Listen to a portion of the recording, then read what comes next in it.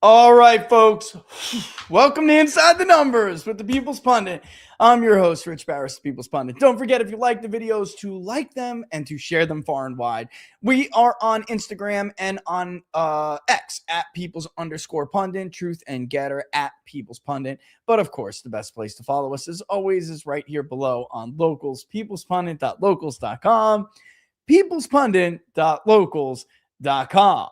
Now, you may find this shit-eating grin on my face to be somewhat surprising. If you haven't been watching me for the last 10 years, of course I'm laughing today. Happy Vindication Day, People's Pundit community. And happy, terrible, I'm about to tap dance on your grave day to all the wannabes out there.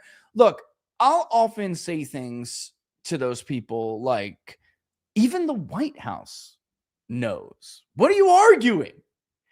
And in rare instances, something will happen where we can even prove it now. All right. So obviously, I'm referring to this charade. We'll start with Epstein, but Iran too. Really, it comes down. It's all the same.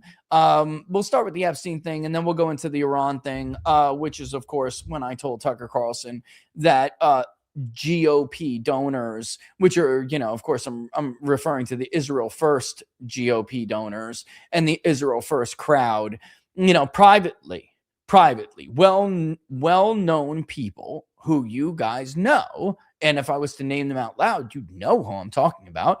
Well-known people have told me privately that they don't really care if Republicans lose the midterms. And I have said, and I told Tucker, to which they called me a liar, that this is true. And they are totally willing to sacrifice Donald Trump's presidency. They are totally willing to sacrifice the Republican majorities, because even though the base hasn't learned this yet, the reality is that these people are not really GOP donors. They are Israel First donors. AIPAC is not a partisan organization. It is a PAC that is dedicated to the advancement of the interest of a foreign nation. They buy candidates from both sides of the political spectrum, and they target candidates from both sides of the political spectrum. They back candidates on both sides of the political spectrum that support the Greater Israel Project, that will support the Greater Israel Project. And they will attack and target candidates and politicians and leaders and personalities and influencers and podcasters who are not supportive of the Greater Israel Project. And it doesn't matter if they're on the right or left. That is a show for you at home. Okay? And for the rest of us who work in this business, we know that's true. And it's really painful to watch. It's sad. It's not painful. It's painful for me, for you guys. But it's honestly sad and infuriating on my side of the microphone to watch people who I know that's true call me a liar, when everyone in this business knows it's true. Okay? All right. So we'll start, though, with Epstein. Then we'll move into the laughable remark from their spokesman today. And by the way, listen, you don't have to say that you're willing to sacrifice Donald Trump. If you say you're willing to sacrifice the midterms for Israel, you are willing to sacrifice Donald Trump, because the midterms mean Donald Trump. All right, let's look at this now.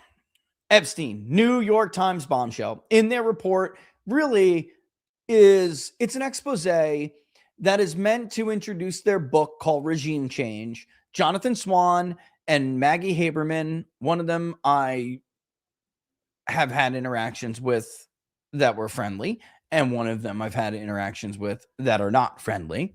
All right, so I look, Maggie Haberman pushed the shit out of the Russia hoax, and because of that, if reporting on her own, I would never believe. But in this case, it's with Jonathan Swan, and although I don't, I'm not going to go sit on over here and vouch for Jonathan Swan doing accurate reporting all the time, I can tell you that at least he tries. And the one time there was an issue with some claims made with polling, at least he did, in fact, get back to me, reach out, and to try to set the record straight. And that was over people lying about our record in 2022. I got wrapped up with a bunch of other pollsters that were put in what a buddy of mine from another website, a well-known website, is calls the conservative ghetto. You're not a legacy media pollster, and you're a pollster that tends to more accurately project Republican vote share compared to them specifically. So that makes you automatically a Republican pollster or a conservative pollster. They put you in the conservative ghetto, right? I got thrown into that, about 1 year, and Jonathan Swan made that mistake. But at least what I'm telling you is he's willing to fix those mistakes if that happens. Regardless, and I'm going to pull this up in a second and we'll go through it. Regardless, I am intimately familiar with some of the happenings that are in this report, and I'm telling you that they are true. The only thing I didn't know to be true specifically are some of the verbatim quotes from the Situation Room, things that were said from the Situation Room itself. And obviously they're getting that from somebody who was in there very clearly. I have an idea of who I think it is, but none of it is untrue. Okay? None of it is untrue. So I'll say this real quick before we start, because there'll be one person in particular here who I will focus on. And the reason is very simple. The whole time I told you how damaging the Epstein situation, the mishandling, it wasn't even the situation itself. It was Trump's mishandling of the Epstein situation that became so damaging. The threat was there, but it was his handling. And the entire time that I have been opining correctly, empirical data-driven analysis, empirical back data-driven analysis on the impact of this thing, which is a serious political wound. There have been people who knew what I was saying was true, lying bald-face every day to audiences on Fox News when they got out of government, to their Rumble audience, which I'm sorry, at this point, if you continue to watch the guy on his Rumble show, you're retarded. You're stupid. You want to be lied to. And the worst part about what I always found this guy to be the most reprehensible about this guy is that he knew, and he argued that he made the same argument I made, which was much more in line with how he behaved before he went to go work for Donald Trump's administration as the deputy chief of the FBI under Kash Patel. And then when he got out, at the direction of the very same person who shot down the right strategy for handling this Epstein situation, under this person's direction, he went scorched earth on everybody who was simply making the same argument that his cowardly, spineless ass was making before, when it was private. Okay? So when he was privately saying what he thought to the people, to the rest of the team in the Situation Room, when he would meet with Pam Bondi at Justice, when he discussed this with Kash Patel at the FBI, when he talked to the chief of staff at the White House, to the vice president, et cetera, he made an argument that mirrored mine, almost identical. All right. Well, the only difference is that I was using actual data to back mine up. But the argument itself is that this is not a joke. This is seriously damaging. This is what you will have to do, or else this will brand you and hurt you forever. Forever. That is his argument. And yet, in order to get his contract back with Rumble, stay in good standing with the president, make sure he gets invited for tea and crumpets with his new little Washington swamp friends, he came out and started swinging at everybody who made the same argument, including myself, until I bitch smacked him, and then he blocked me on X. All right, so we're going to get into it. I'll focus on him more specifically because of his outspoken position. And the guy dedicated an entire channel to this forever before he was appointed to go work at the FBI under Donald Trump. All right, obviously I'm talking about inside the White House freak out over the Epstein files. I don't think there's ever been another pollster in history other than Mark Mitchell at Rasmussen Reports who has ever put up transcripts the way that we have from interviews with voters. If you're in our locals book club, if you're on our locals channel, even if, because I've done it publicly on X before, not behind any paywall or anything. And honestly, a lot of stuff on locals wasn't even behind the supporter paywall. We put it out for everybody to see, just so everyone understood that what I was saying was not my own opinion. My opinion and my analysis was being driven by thousands and thousands and thousands of interviews with American voters. And by the way, one person that I've also been very critical of is the president's pollster. Obviously gave them very bad advice here. I got a person, I'm not going to say too much here, but I got a call today requesting that I lay off him. I'm just going to I'm publicly saying this now for everybody because I'm just tired of these little backdoor little deals or these. No, there's my very public answer. No, he gave you shitty advice in a critical time and did not, with enough stress, with enough vigor, he did not persuade you the severity of the damage that was going to be dealt onto your administration, and he's worthless. I mean, do we have to get into the big soda shit, the fake polls for big soda, or the fake polls for the Maha stuff? That one was actually just reported a couple of weeks ago in Daily Caller. Should we keep going? The fake polls to help Randy Fine raise money? No. The answer is no, I will not lay off him, period. He's not MAGA. He's not even one of us, meaning one of the little people, which means he will never understand how the average American views the world or how the average American formulates an opinion about what is going on in politics. So the answer is publicly no. I will not lay off him. All right. So anyway, moving on. Let's just get into it and I'll address some of this stuff that comes up. And again, this is for their book, which is aptly and honestly brilliantly titled Regime Change. And it's like a dual use of that word, because those of us who understand the totality of what happened from the Epstein to Iran pivot understand that there is, of course, a common thread that runs through these stories and a common thread that explains Donald Trump's very, very bad decisions. All right. So very politically damaging decisions. And then also, of course, because those decisions and those actions are so uncharacteristic of Donald Trump and what people expected from Donald Trump, especially since he had been a president before. We had something that we could hold up and compare, our expectations to what we got. We had something. It was such a different, nobody's seen this since Grover Cleveland, right? Nobody alive has been in this position that the American voters found themselves in. And then only to look back at it and have no way of reconciling the behavioral differences in the first and the second Trump administration. We all understand that, again, why that is. So it's a very, very smart title of the book, Regime Change, because effectively that is what has happened here. There was a regime change underneath your nose in your own government, and you didn't even realize it. All right.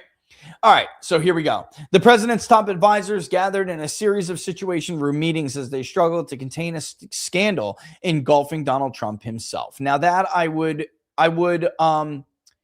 push back on that phrasing of it, folks, because Trump is mentioned and we're not going to play the clip from Jonathan and Maggie, but they do have a nice little short that they put up, which explains some stuff, but I'm not going to get into that part of what they're arguing. Yes, Trump is in them. One of the bombshell articles that we're going to go over here that they cite is the Wall Street Journal article, which was a joke with the doodle, right? A birthday card Trump supposedly wrote, which sounds like nothing. Anyone who's ever received a note or a letter or anything, a card or something from Donald Trump knows how he writes. And I mean, I could tell you, Cernovich immediately pointed out, like, this just didn't sound like Donald Trump. But even if he was, it still means nothing. There's nothing incriminating in the Epstein files directly against Donald Trump. There's just not. And that was part of the reason why people like me had argued. And again, you'll find out the vice president, too, is one of them, where people are willing to give Donald Trump a lot of grace. There has been a lot of unsubstantiated rumors and allegations against Donald Trump.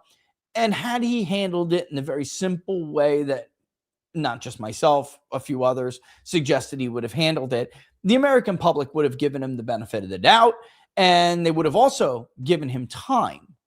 Something they didn't during these deliberations, you'll see, they didn't think they had.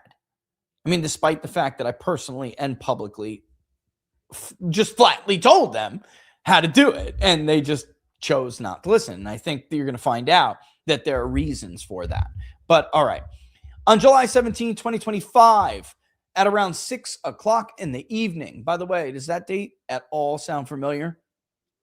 Right. And then what will happen shortly after that? Right. And then where do Republicans, which, directionally, what happens to the generic ballot shortly after that? Right. So in other words, we were totally right the entire time. And we've been dealing with this charade for a year. And now you're going to hear that even the people at the White House knew this was a problem. President Trump's top officials filed into the White House Situation Room, the secure bunker where classified and high-stakes national security matters are discussed and decided.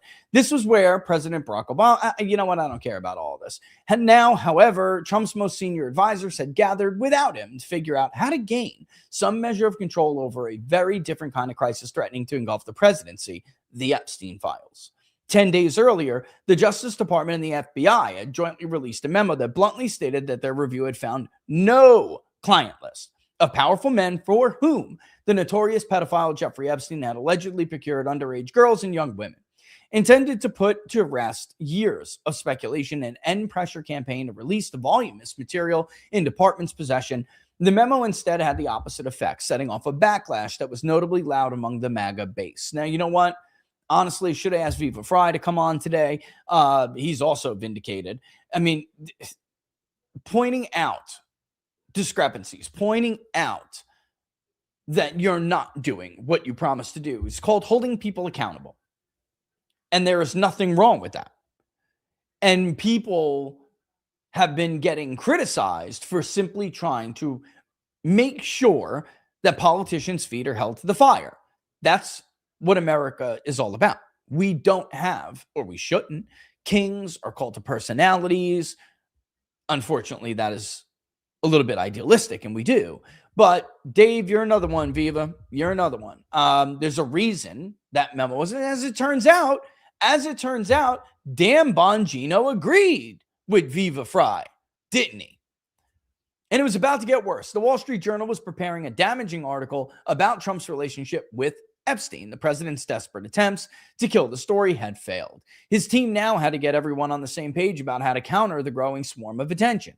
They needed a gesture of transparency to appease an increasingly angry base, but also a way to convey the message that the president was sympathetic to his supporters' concerns, which itself was a problem because he clearly wasn't.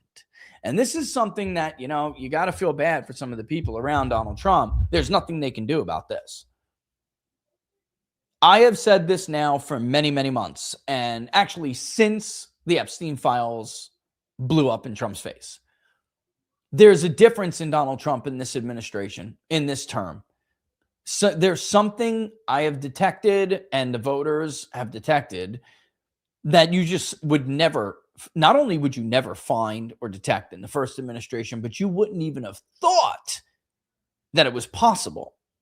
And that is a bitterness toward his own voters, a bitterness and he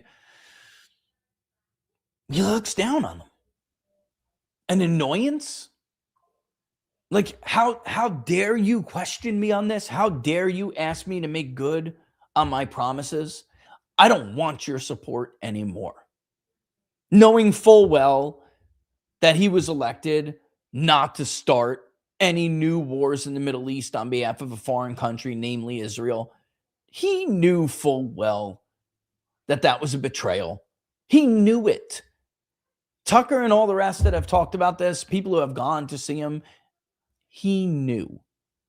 And yet, he'll throw a MIGA, whatever you want to put, MIGA, M-I-G-A, make Iran great again post on Truth Social right in your face. That kind of like disdain, that's the word I'm looking for. He had a disdain, has a disdain. He has demonstrated a disdain for his own voters that he has never done before. All right. So when you're the president's advisor and you're trying, how do we convey the message that the president's sympathetic to what his supporters are concerned about? And you know damn well that he isn't. It's put you in a pretty bad position. Vice President J.D. Vance took a seat at the head of the table in the John F. Kennedy conference room of the Situation Room complex. This is a huge problem, he told the group. That's a direct quote. Arrayed around him were the White House Chief of Staff, Susie Wiles, the White House Counsel, David Warrington, the Press Secretary, Caroline Leavitt, the Deputy Chief of Staff, which is Taylor Budowich, the Communications Director, Stephen Chong, the Deputy Attorney General, Todd Blanche, who's now, of course, is Acting Attorney General, Associate Attorney General, Stanley Woodward Jr., and the Deputy Chief of Staff, James Blair. Attorney General at the time, Pam Bondi, and FBI Director, Kash Patel, joined the meeting on a speakerphone.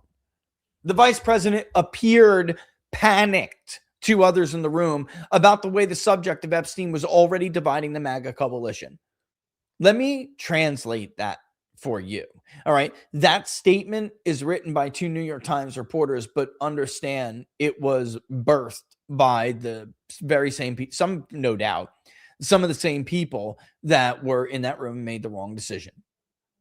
What may have appeared panic to others was the appropriate response by the vice president at the time, because it was that serious and remains that serious. And of course, the vice president was never losing touch, talking to Charlie frequently, talking to Andrew frequently, talking to others, and being told this is really bad, really bad. Some senior officials had the impression that Vance had bought into the darkest theories about Epstein and a cabal of predators hidden within the country's ruling class. We're still pretending in the pages of the New York Times that it's not true. Wiles would tell others that the vice president had proved himself to be a major conspiracy theorist.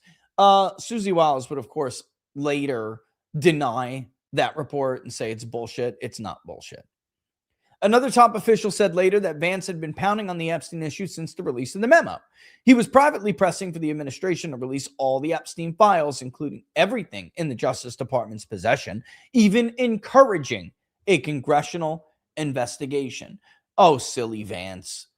He still at the time thought that he was elected to make good on his promises. What a silly guy. How foolish. Panicked even. Dare I say panicked. Vance had also floated to colleagues an extraordinary PR gambit that the White House enlist Tucker Carlson to interview Epstein's longtime girlfriend and co-conspirator Ghislaine Maxwell in prison. It might help the president if Maxwell was willing to state that Trump had not been part of any wrongdoing with Epstein.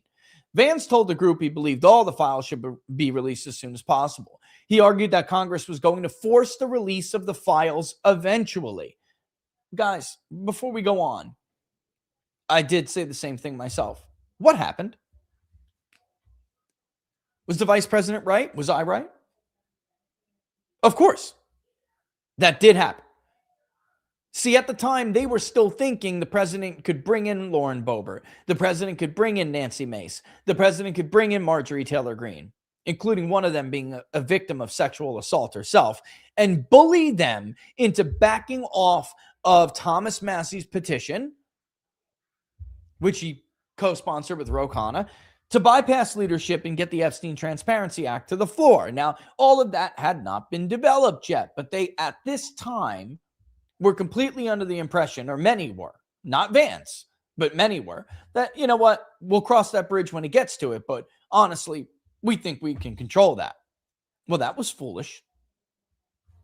It was already clear that a bipartisan coalition in favor of such an action was forming on Capitol Hill. It wasn't there yet, but the momentum was going in one direction, yes. If the administration go out ahead of this and released everything voluntarily, including whatever material existed about the president, it would at least get credit. They would at least get credit for transparency, 100%. But there was an alternative way of doing this, the right way, which is the way I suggested, and it wasn't adhered to. The alternative was to let the story drag on for months as information dripped out. That's not necessarily true, but that's what they wrote. Each new revelation, renewing the cycle of suspicion and fury. Better to rip the bandage off and move on.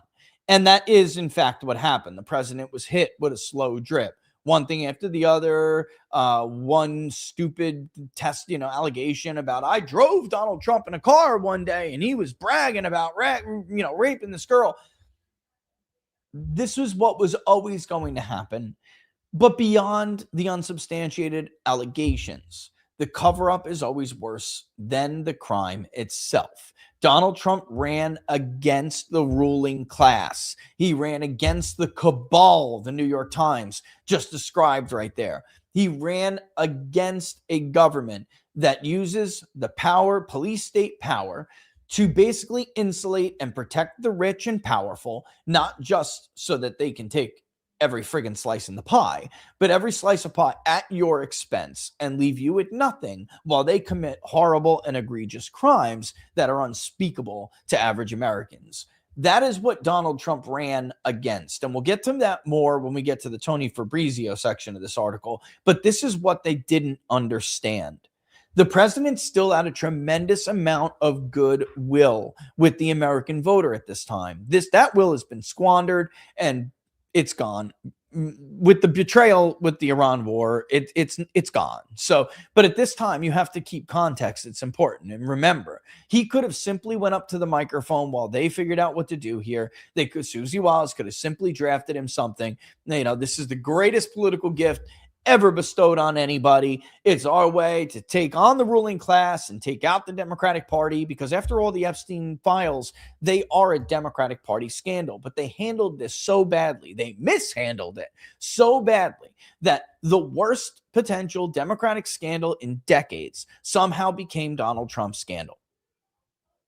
That's how badly they navigated these waters. All right. And you'll see, there were some people who did see it coming and they were just isolated. Their voices were sidelined. Their opinions were sidelined.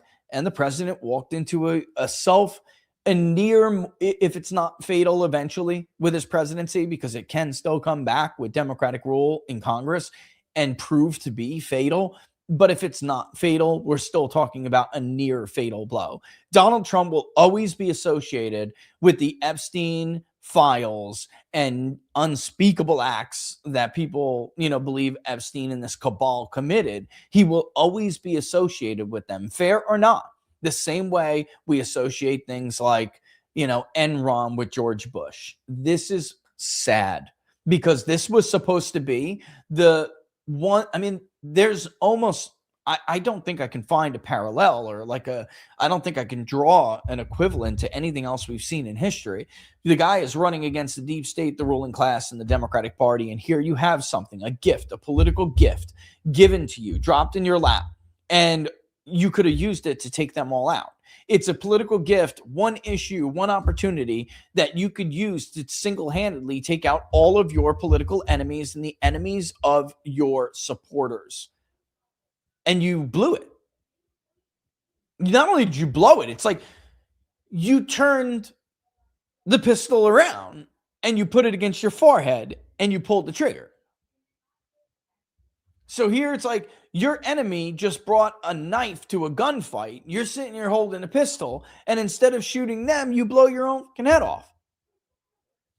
That's what he did. All right. So even the unsubstantiated allegations and anecdotes about Trump should go out, Vance argued, and that is correct. He should have. But all he ever had to do was say, like I said, let me just back up. All he ever had to do, folks, I don't want to leave you in suspense, is just go to the microphone and say, yes, we are going to do this. Yes, we are going to use it to obliterate this disgusting deep state. We are going to use it because Ehud Barak, Epstein, he did this with a whole bunch of other people around the world too. I mean, this could never have gone away. We could have forever invoked the name of Jeffrey Epstein when we wanted to go after something stupid like foreign aid, right? Like how that's exploited by relationships like this, and over and over and over. But he was concerned about several things, including his own name, embarrassing his friends, which shouldn't be his friends, but embarrassing his Secretary of Commerce, who lied about ever spending time with Jeffrey Epstein. Howard Lutnick should have resigned in disgrace. He's a disgrace. And he's also a terrible Secretary of Commerce. That's just that simple. He gave shitty advice on the tariffs, and here we are. Half of what Lutnick did, that lie alone should have resulted in Lutnick being thrown out of this administration.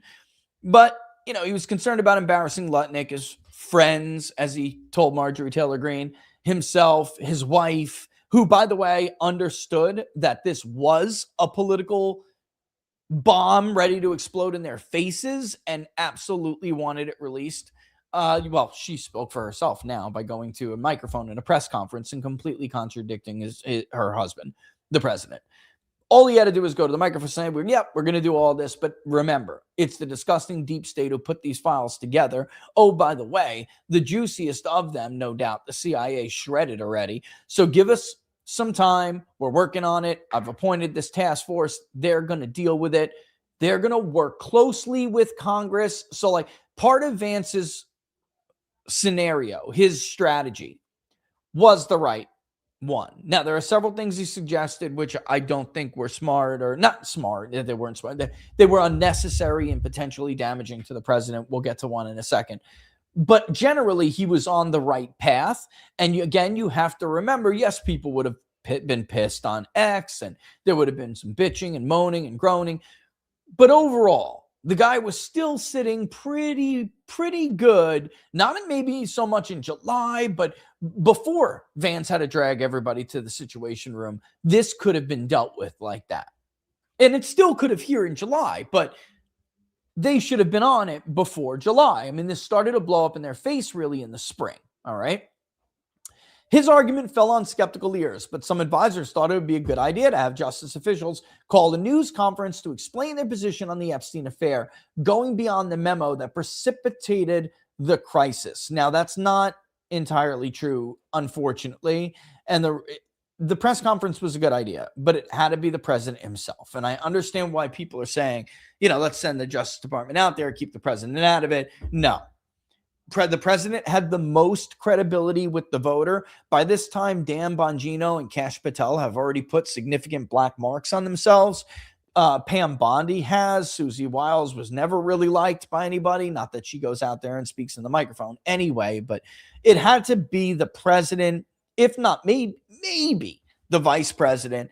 Honestly, I would have probably had the president sit down with Tucker and done like a shorter form, doesn't have to be Tucker's typical 2-hour interview, but a shorter form interview with Tucker or somebody like that. Joe Rogan, that would have been adequate as well, and just use their political capital to convince people to give them some more time. And if the president never pivoted to Iran in Midnight Hammer or let the Israel lobby hijack his presidency, and he was focused on domestic issues and making people's lives better the way that he promised he would govern if he was elected. Had he done that, this would never have been the scandal it became. Unfortunately, it is a scandal now. The vast majority, what makes a scandal? Barnes and I have talked about it.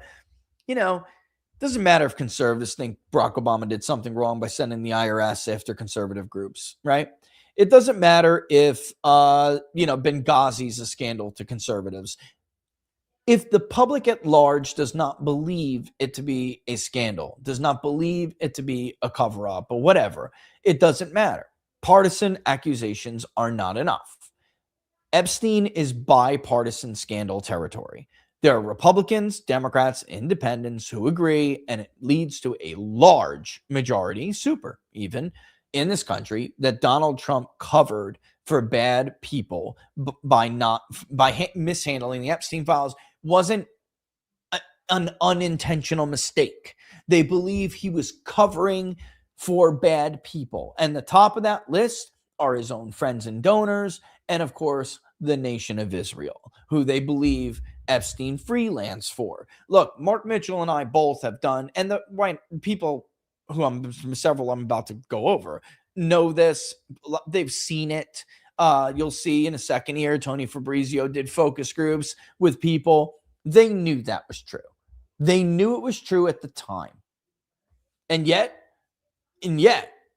there was this inexplicable reaction to people like myself, Robert Barnes, Mark Mitchell, Viva Fry, right? Dave over there, and many others. Alex Jones, right? Many, many others. Tucker Carlson himself. All right, give me 1 second.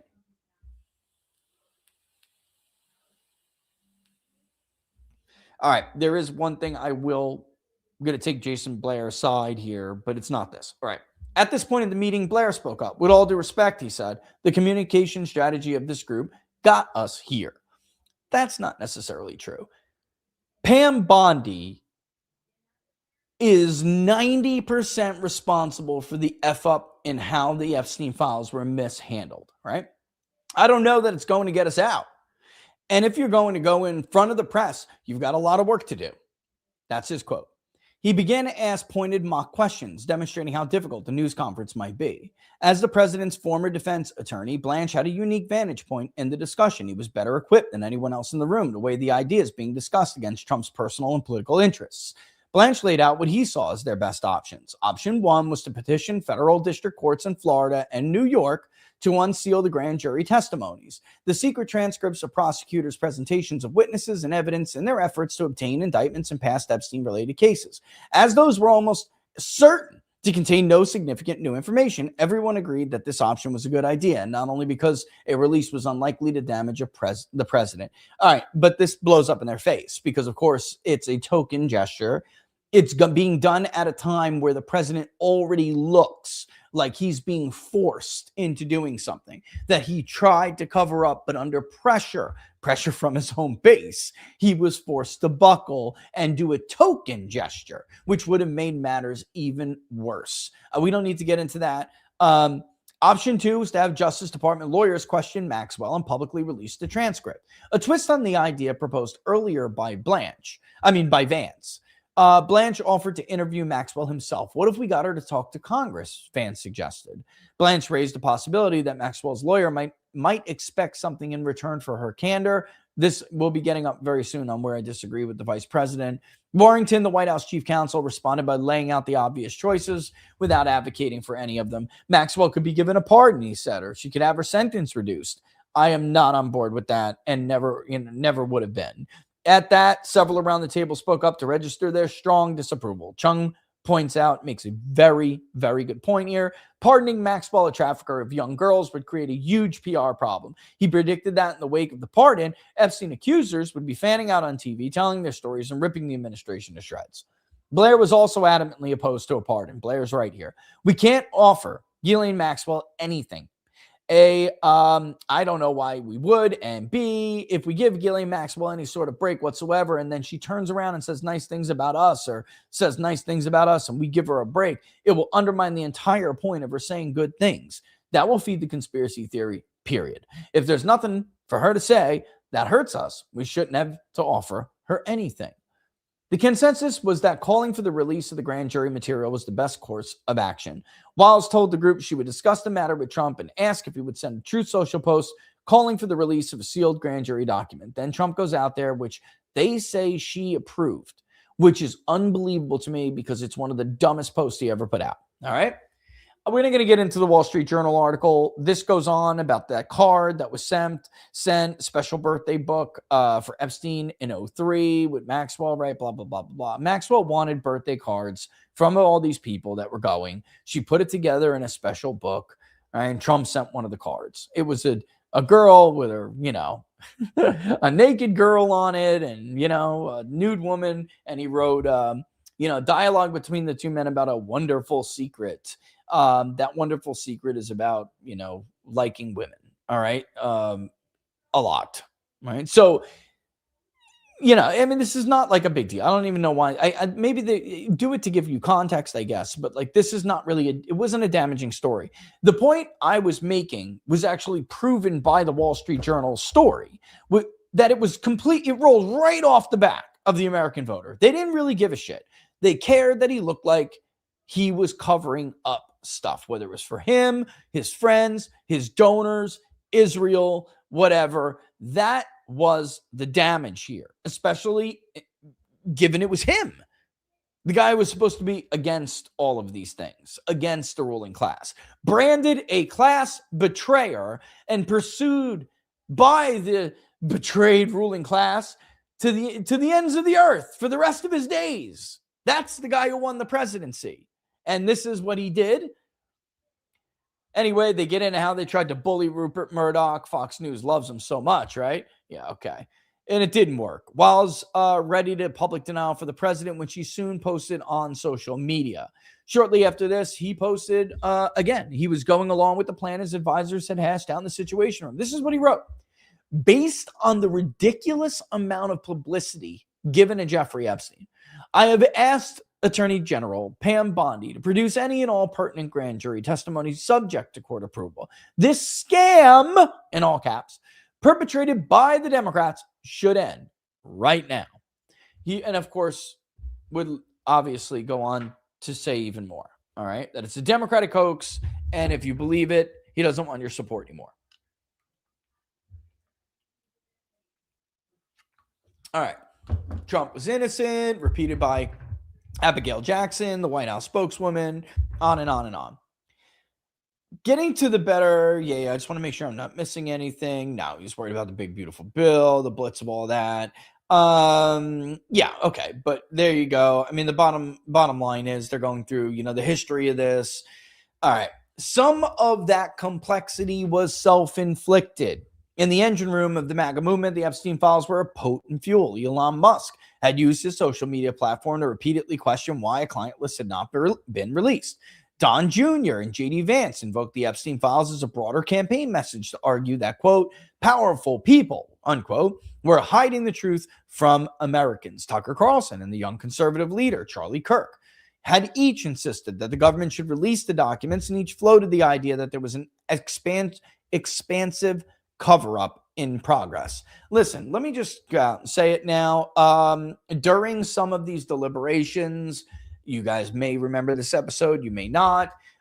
Charlie had brought me on, and he was like, remember, it's because we love him, because we want him to make the right decision. We want him to see the gravity that, that the decision he makes, he's got to understand the gravity and, the repercussions. And we did this entire episode, this entire segment, I think it was like 2 blocks, with me laying out, this is why people care so much. This is why your current excuse will not work. And they knew it. I mean, this is the point I'm trying to make. And how many people push back on that? The president himself called Charlie and reamed him over the, not only that segment, the attention he was giving to it. They had held an event. It became this thing, right? It turned into I can't remember how the New York Times refers to it, but it turned into like this Epstein bash fest. And the president was super pissed. And he was like, why can't you just drop it? At the time, Charlie tried to explain, which only it seemed Vance understood, that this is all these young kids care about when we hold these meetings now. In private, Trump later told Representative Marjorie Taylor Greene that a release of Epstein material could hurt some of his friends. Anyway, in the Lex Friedman podcast, they go over what Trump had said shortly before the election. I'd certainly take a look at it. I have no problem with it. The list probably will be made public. I mean, this is what he said on Lex Friedman. But his posture was overtaken by the growing frenzy among his supporters. Throughout 24, Greene had made it our mission to force the release of the files. And there were so many others. The far-right influencer, Laura Loomer. The conservative activist, Scott Pressler. Shire Achik from Libs of TikTok. But when it came to propagating the Epstein files as evidence of a deep state capable of evil, two podcasters were not to be outdone. Kash Patel and Dan Bongino. Patel, National Security Council Director for Counterterrorism and the Defense Department Chief of Staff in the first Trump administration, had repeatedly claimed in podcast interviews that the government was hiding the black book. That is a quote. Nobody did more. Even I think Patel was outdone, in my own opinion, by Dan. All right. But Kash Patel did promise to, quote, release everything to restore public trust in the FBI. And then, of course, he got the role as the top cop at the FBI. So everybody was unsurprisingly expecting him to do it, especially who his number two was. Nobody outdid this guy. On the Dan Bongino show, Bongino's background as a Secret Service agent had lent authority to his claims of a cover-up. Quote, what the hell are they hiding with Jeffrey Epstein? He'd asked his larger audience of MAGA devotees. The release of the client list would rock the political world, he predicted. The Washington swamp was not telling you the truth. And what did he say over and over again? Never stop talking about this story. Don't let go of it. They're going to try to make you let go of it. Never let go of it. So naturally, folks, when they took office in 25, everyone expected them to do it. They were under pressure, and Pam Bondi made it worse. In a Fox News interview on February 21st, she appeared to confirm the existence of an Epstein client list. We all know the missteps. February 27th, the White House Communication Office scheduled a lineup of cabinet officials to brief popular right-wing influencers in the Roosevelt Room. It began with Vice President Vance, then Secretary of State Rubio, walking through a crowd of influencers through the administration's agenda. They had Mike Cernovich there, Liz Wheeler, Colin Rugg, DC Drano, the pictures below. All right, we'll get there in a second. It was the best day of my life, one of them would remark. So naturally, they all go back on Twitter after this bullshit, Binder Part 1, and they expect there's going to be a Part 2.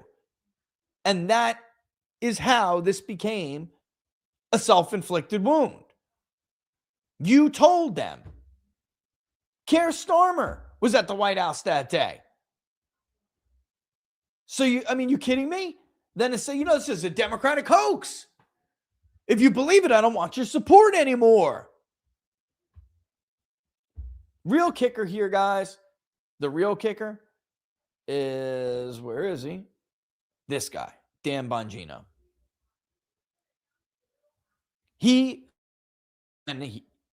Honestly, he didn't say it at the time.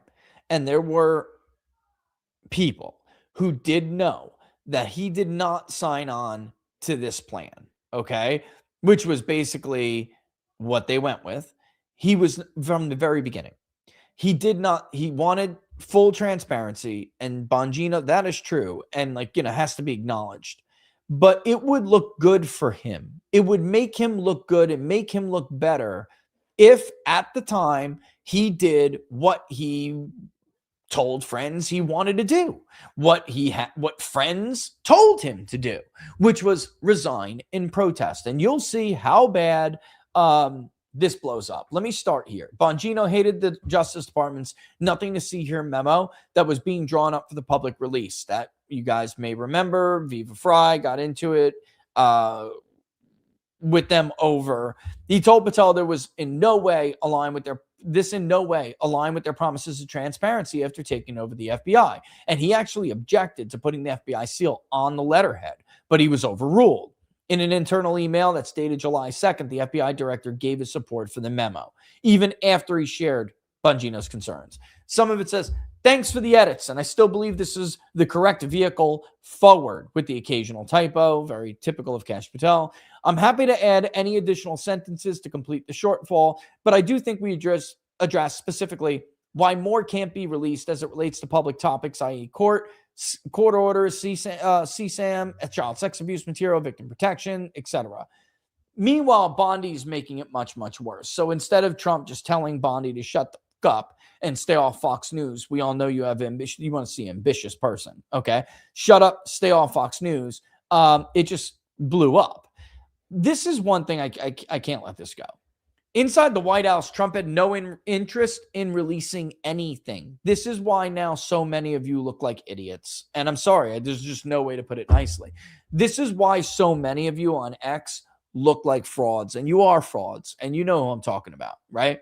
A lot of them are these like fake people's pundit people. They think they're election analysts, constantly say, what are you talking about? Trump is the one who got these files out. Donald Trump didn't give two shits about his promises or his administration's promises about releasing the Epstein files. Donald Trump was, in fact, protecting people. And now you look like fucking schmucks. There were a few smart people around him who recognized how bad this would be. He didn't care at all. Which is why he told you he doesn't need your support anymore. So for all the people, now Massey, he won't even be in Congress anymore. I can't tell you how many times I had to correct the reply guys and I had to correct the fake wannabes when they claimed that Donald Trump was the one who actually released what had been released up until this point. When in fact that was never the case, nor did he ever care for it to be the case.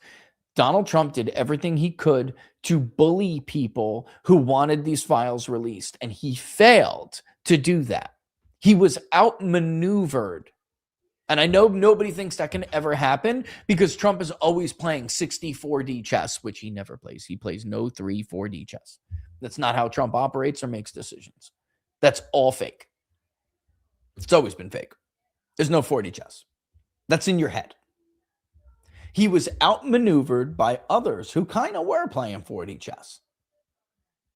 And they had popular sentiment on their side. And despite his attempts to go scorched earth on other people, which is how Marjorie Taylor Greene fell out, it had nothing to do with an endorsement. She wanted to run for Senate. That's bullshit. It was a public break because Marjorie Taylor Greene, even after being the one person to show up at the courthouse when Donald Trump was being perp walked, mugshotted, and fingerprinted, she was the only one to show up to support him. Even after that, he burned all those bridges and he burned all of that friendship and all that support because she denied him one thing, which was basically to sell herself out, sell out her voters, sell out her followers, people who trusted her, to protect Donald Trump's friends. From what? Being embarrassed? From exposing the Secretary of Commerce as a lying piece of shit? And then he's come after everybody. He's going to go after Lauren Boebert for it. He went after Thomas Massie for it. Nancy Mace. He withheld his endorsement and endorsed Pamela Evitt for South Carolina governor. A rhino. A horrible rhino. And I don't know how certain organizations could justify their endorsement of that woman. You're sitting there, your head is stuck so far up Donald Trump's ass that when he goes down, you're going to be squished under him. Real way to protect the organization. Narrow minds, very short-sighted. They told colleagues Republican voters didn't care. Wiles and Blair. And they had early data from Trump's chief pollster, Tony Fabrizio, to demonstrate it. The funny thing is, Tony's focus groups and polling data list the Epstein files as rank 6. Because Tony's not MAGA. Tony's not even anywhere near your socioeconomic class. So he would never understand how you think or how bad that advice was. In truth, Epstein was a proxy that represented everything that's top and number one on the minds of the voter. The economy, sure, they'll say. Cost of living, sure, they'll say. We need accountability, absolutely. Corruption, sure. Epstein, yeah. Which, by the way, still beat data centers. A bunch of stuff. But in truth, because he doesn't understand you, and he never will, he didn't understand that Epstein was a proxy for a rigged system that caused all of their problems, that created a cost of living crisis, that created a massive gap between the rich and the poor in this country, the wealth gap. So when they're choosing the economy and jobs, cost of living, they're choosing symptoms of what the Epstein issue represents to them. Root cause. So in truth, it was everything. It was everything that got Donald Trump elected. And he gave them really, really shitty political advice. Despite what I keep being told, no, actually, really, that's not totally true. Okay, I mean, let me see the document. Is it how Jonathan Swan explains it? Because Jonathan Swan explained it. Exactly. He didn't explain it correctly. And now look at you. It wasn't just noise. And wasn't just noisy online influencers who represent or don't represent a meaningful block of voters. Oh my God. The Epstein files, folks, caused the first crack and fissure in MAGA. And we can go over it all over again, but if you watch this show, you know. 18 to 29-year-old Trump voters, men and women who voted for Donald Trump in 2024, vast majority, nearly 60% of them identified as MAGA or America First. That number is now in the 30s. MAGA identification has seen an exodus of young men and young women. And women who voted for Donald Trump between the age of 18 and 29 were the first ones to go, and they left because of Epstein. Because they decided Donald Trump was a total fraud, that he conned them. And he's no different than anybody else. And because Tony Fabrizio and everyone else around him didn't have the balls to tell him that, he made the wrong choices. And now his coalition is gone. As of 2 months ago, when the millennial men decided, I gave him more time than he deserved, and I'm out. Wiles and Blair and others around Trump had seen him weather every storm imaginable for years. Right, but because they didn't ever understand why people were loyal to him to begin with. Because he was their guy against that ruling class.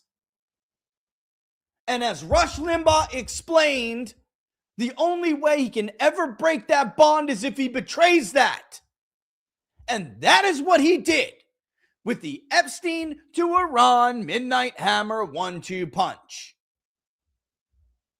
I'm just going to stop it right here and bring up something. People like Barnes and I and David Giglio ran for Congress and got screwed.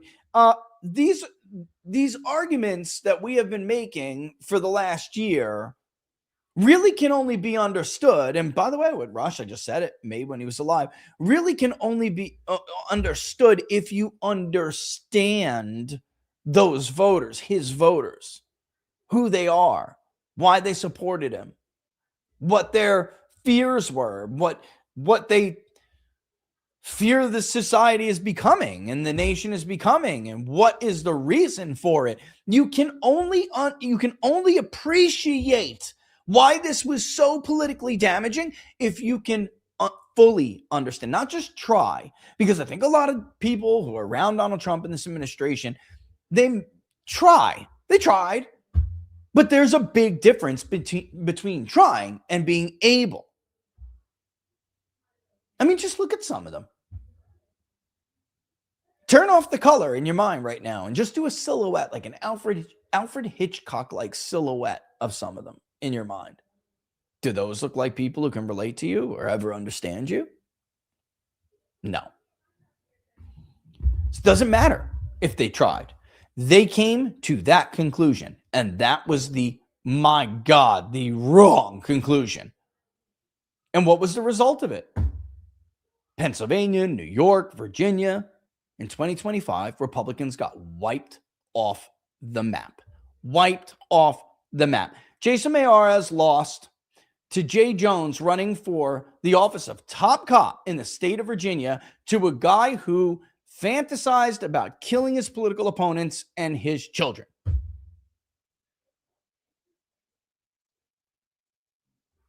It didn't have anything to do with the government shutdown outside of a rather small segment of the population. Constant reviewing of these text messaging campaigns, these call to action campaigns. Epstein was the most frequent thing cited in replies and at the door. I can't do it. Can't do it. Sorry, can't do it.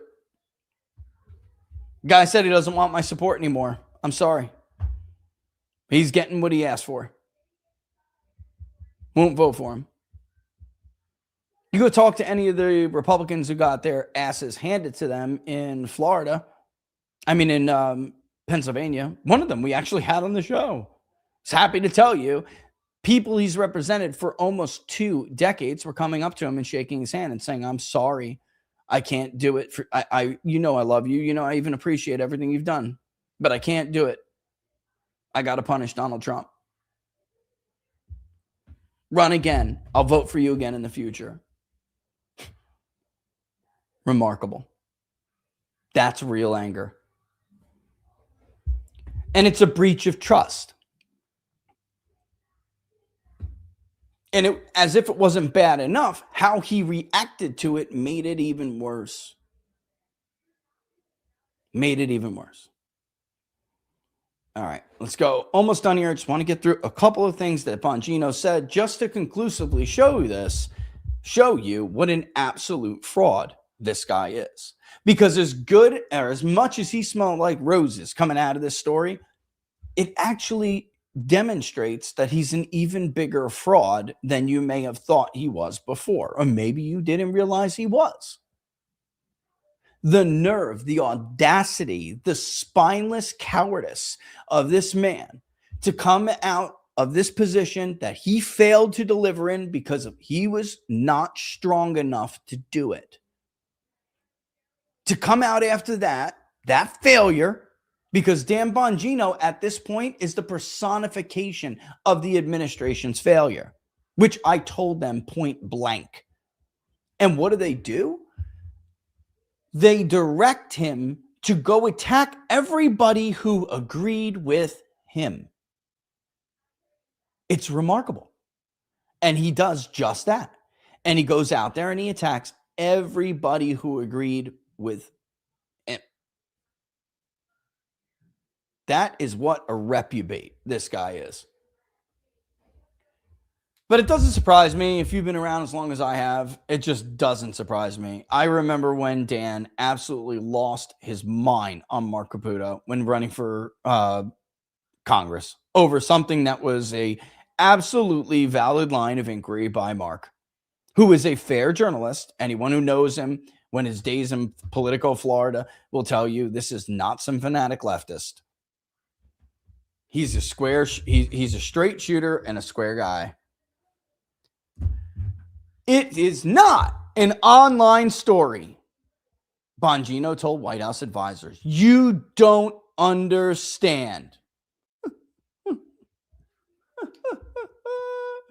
Hold on. There's more. I want to get a couple of these. Then he goes out and he says, don't worry. We're going to release this video. Don't take my word for it. I know that I don't really have any credibility with you anymore. Don't take my word for it. We're going to put out this video. Is this it right here? Can I play it? Yeah. 2 cases obviously are of significant public interest. I'm just telling you what we see in the file. I just want to be crystal clear on this. I am not asking anyone to believe me. I'm telling you what's there and what isn't. Right. There is nothing in the file at this point on the Epstein case, and there's going to be a disclosure on this coming shortly. We are working through there is video. That is something the public does not. There's video of him killing himself. No, not the actual act, but the entire MCC Bay It was only one camera.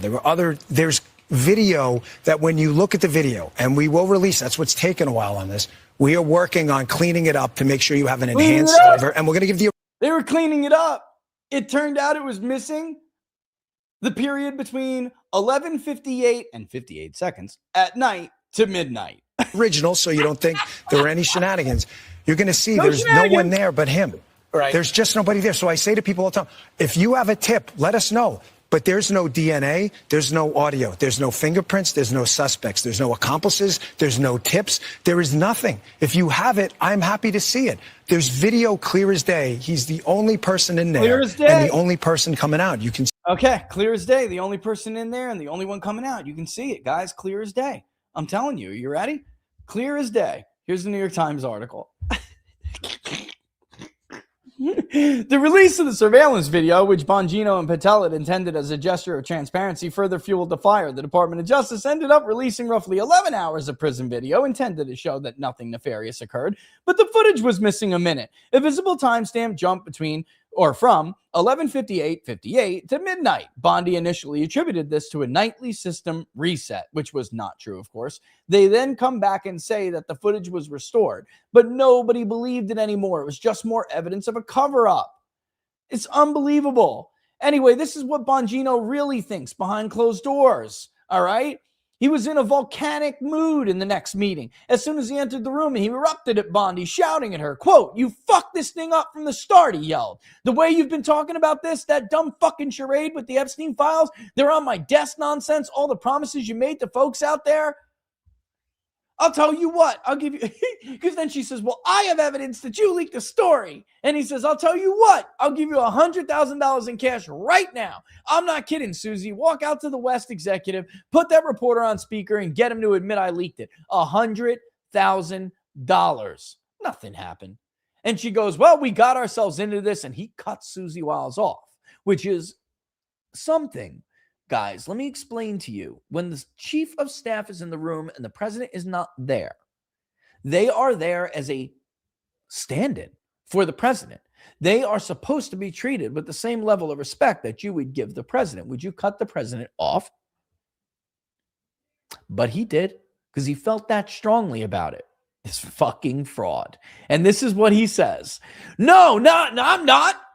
No. We didn't get ourselves into anything. I warned you guys about this the whole time and you ignored me. And exactly what I said was going to happen, happened. And now you're pretending I was in on this? I was never in on this. He storms out, all right? And because she says, going forward, we're all in. We're going. And he says, no, I'm not in. This is not my plan. I'm not part of this going forward. Forget it. I'm out of here. And he storms out of the Situation Room into the West Exec Avenue, where he climbs into the back of Patel's armored SUV and directs the driver to take him back to FBI headquarters. Later, he starts bitching to a friend on and on about how Blondie fucked this whole thing up, which is what they attribute to Laura Loomer. I'm pretty sure that Robert Barnes was the first one to call her Pam Blondie. I'm pretty sure. Maybe I'm wrong. I could be wrong. All right. And he goes on. She was on TV over and over, saying this shit. And he says, this is going to be President Trump's Iran-Contra. For those who don't know what he's talking about, that is the scandal during the Reagan administration. The neocons were responsible for that one too, by the way. And Reagan would have been impeached if not for his incredible durability and popularity. All right. I mean, it's just unbelievable. Anyway, we don't have to go on and on about this part. That's the end of it. Dan Bongino will go on to cry to his friends about how I should leave. I should resign and protest, which he doesn't have the spine to do. He decides he's going to stay there and do everything he can to deliver on more transparency, which is bullshit. And then he doesn't come out and talk about how he did that. He really comes out and just starts screaming at everyone and attacking everyone at the direction of Susie Wiles, by the way. All right. He starts screaming at everybody, Tucker, me, comic Dave Smith, Viva Fry, and Robert Barnes. I mean, he's been in back and forth online fights. The latest is Jimmy Dore, which he's the worst kind of Twitter fighter too. He's a coward. He blocks you, but then trolls you repeatedly, so you can't even reply to what he's saying. It's the most cowardly thing in the world. You can't even take a Twitter fight, bro, and we thought you were going to go to the FBI and take on the deep state? What a fucking con. Cries to his friends about how he gave up so much time with his family, millions of dollars in Rumble revenue. That's all you are to him. You still watch the Dan Bongino show? You're stupid. I'm sorry. You're a cuck. You are a podcast cuck. That's all you are to him. Money. And I have news for you. Before it was the Rumble grift, it was the running for Congress grift with Dan Bongino. I gave up so much. Oh, boo fucking who? How much did the black 30-year-old voter in Texas give up by supporting Donald Trump? How much did the Hispanic leisure and hospitality worker in Clark County, Nevada give up supporting Donald Trump? They didn't have $1 million Rumble contracts, Dan. They had trust in a guy to do the right thing. That's all they had. A fucking Hail Mary at that. We're supposed to feel sorry for your ass?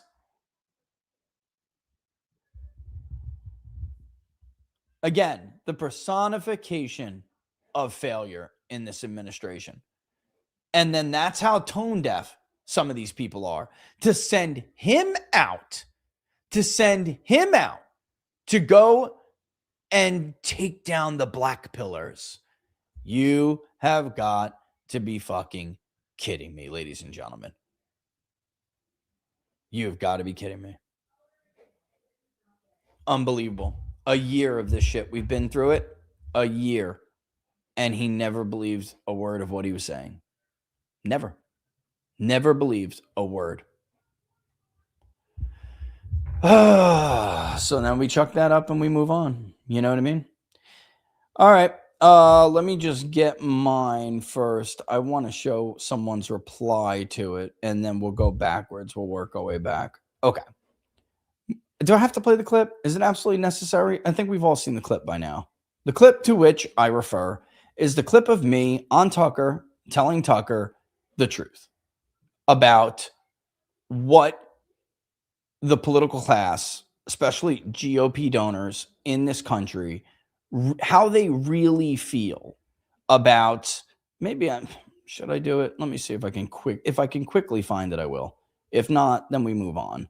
I don't think I can quickly find it. It's kind of a pain in the butt, guys. So if it is, sorry, but yeah, I mean, I can find the short. I see the short right there, but the short is the short. It doesn't look quite right.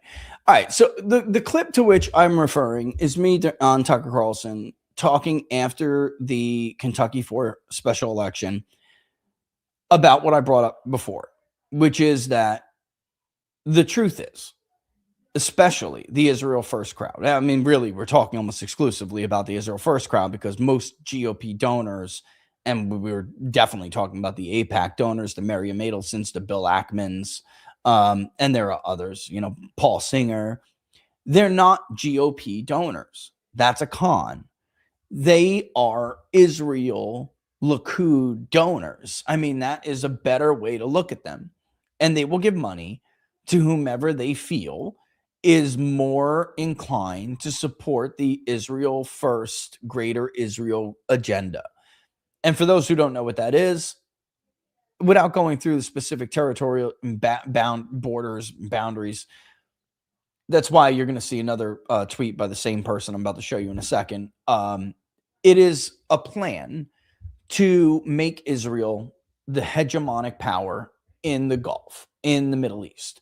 And what would that mean? Well, you can't have two hegemons in the same area. So it requires a weakening of American superpower influence being the hegemon, the stabilizing force in the Middle East, the greatest power in that region, a sphere of influence. We can project our power into other spheres of influence through the aircraft carrier fleet. That is how America gets around the stopping power of water problem. So we can be players in other regions and hemispheres that are not ours, right? There's no way to have the Greater Israel Project come to fruition without doing two things. One is not only Iran, disrupting or obliterating other current nation states in the region that would pose as a problem or a balancing coalition against Israel. And you would have to do that by expanding the borders of Israel. There's no other way around it. And then, of course, like I just said, the second thing you must do is remove the U.S. from the region. So when you hear about how the U.S. and Israel have interests that align, it's a total lie. There is almost no common interest with the United States and Israel. Israel is doing what encircled powers do. By the way, Nazi Germany is a pretty good example. When you're surrounded by enemies, you push out. They become aggressive. All right. I mean, there's a debate over this between you have Walt and Mearsheimer, and some say they're doing it because they need to expand their borders for their own safety, right? Create bulwarks between themselves and other potentially hostile or aggressive nation states. It doesn't really matter. That's an academic debate, and we don't really have to get into it. But just the way that Bismarck Germany and Nazi Germany attacked neighbors to push out because they were surrounded. Of course, we have, according to the channel, but France and other European powers squishing them. The natural reaction for aspiring hegemons is to attack first and push out. That is what Israel is doing. You can't have the U.S. in the region being a stabilizing force if that is what your plan is to do. By the way, Iran was just always going to be the first of it, because you can't do that unless you break up other countries. Lebanon obviously cannot exist under the Greater Israel Project coming to fruition. Under that scenario, Iran cannot exist. Turkey cannot exist, or you can at least greatly harm Turkey and push it back and take a lot of its territory.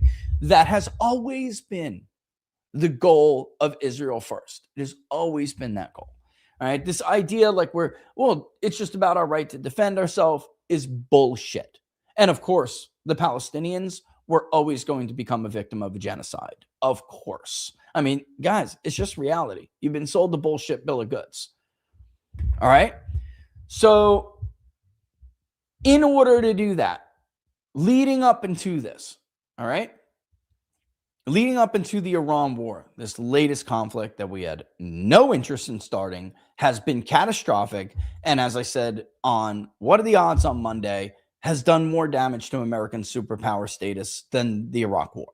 And I that breaks my heart to say out loud, because of course I love Donald Trump as a guy, and I loved it. It has been I don't want to say an honor, but it's just been awesome to study the MAGA coalition, to measure it, engage it, and, be able to observe it as a phenomenon in this country. It gives me no pleasure at all to say this, but it is true.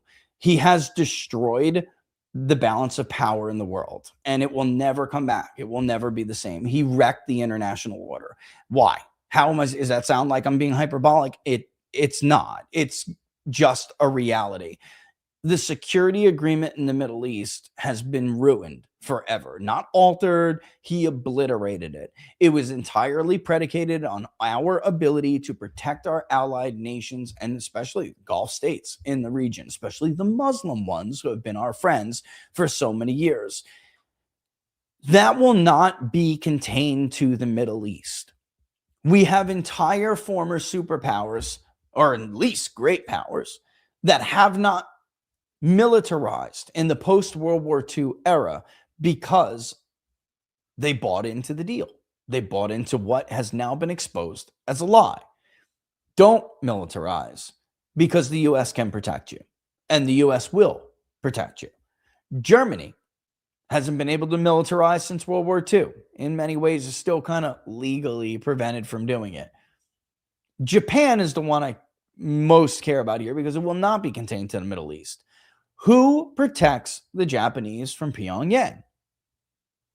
Who protects Seoul from Pyongyang?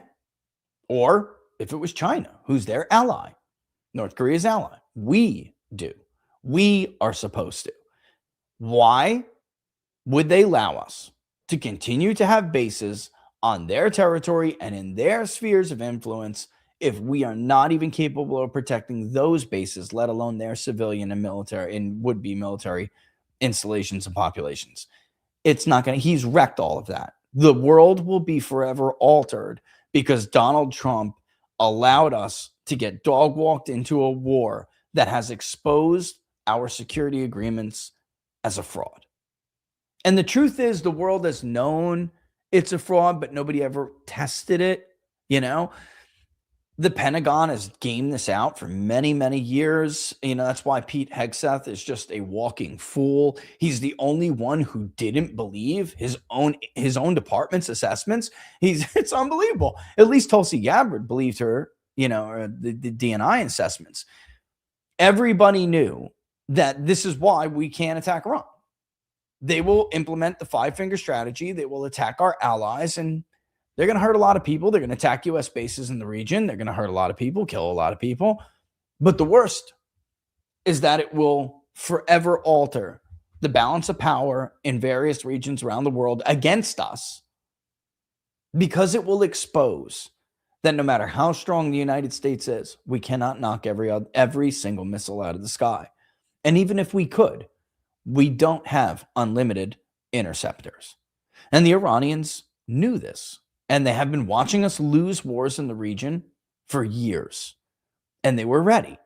And while we celebrated like a bunch of stupid, arrogant idiots all over cable news and network news and in our papers and on social media, they laughed and memed us to death. And now we're in an economic war of attrition that we can't win. And even when it's over, finally, doesn't matter.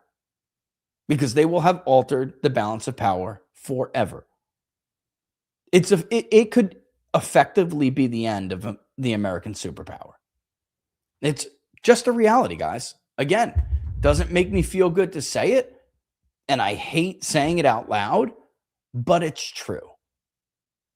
This was far worse than Iraq. And it was far worse than Iraq for another reason. The real threat to American superpower status and the survival of the American Republic never came from a foreign nation. It never came from 3,000, 4,000 miles away.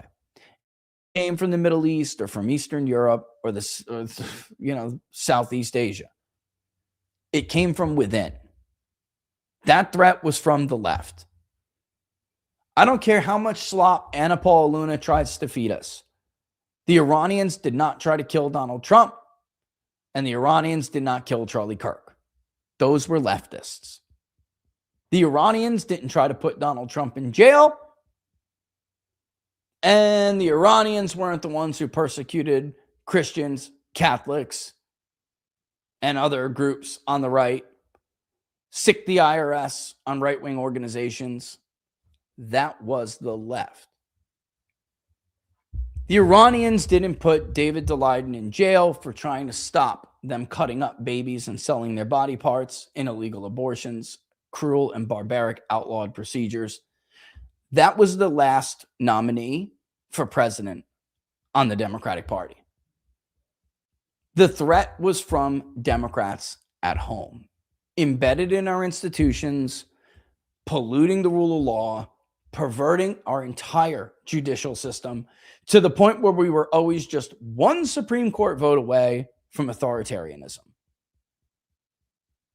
The only way to prevent that and to eventually fight back is to win elections and deny them power so they can't pack that court and get that vote again, that last vote, that one vote.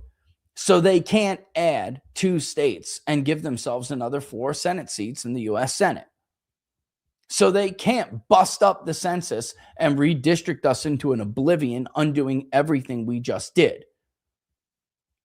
I could go on and on where the stakes going into 26 were so high, any patriot, a real patriot, could never risk sacrificing the Trump coalition, which was incredibly difficult to put together and even harder to maintain and preserve going into future elections without Donald Trump in the ballot. Nobody who is patriotic, nobody who is America first would ever risk that for a foreign nation.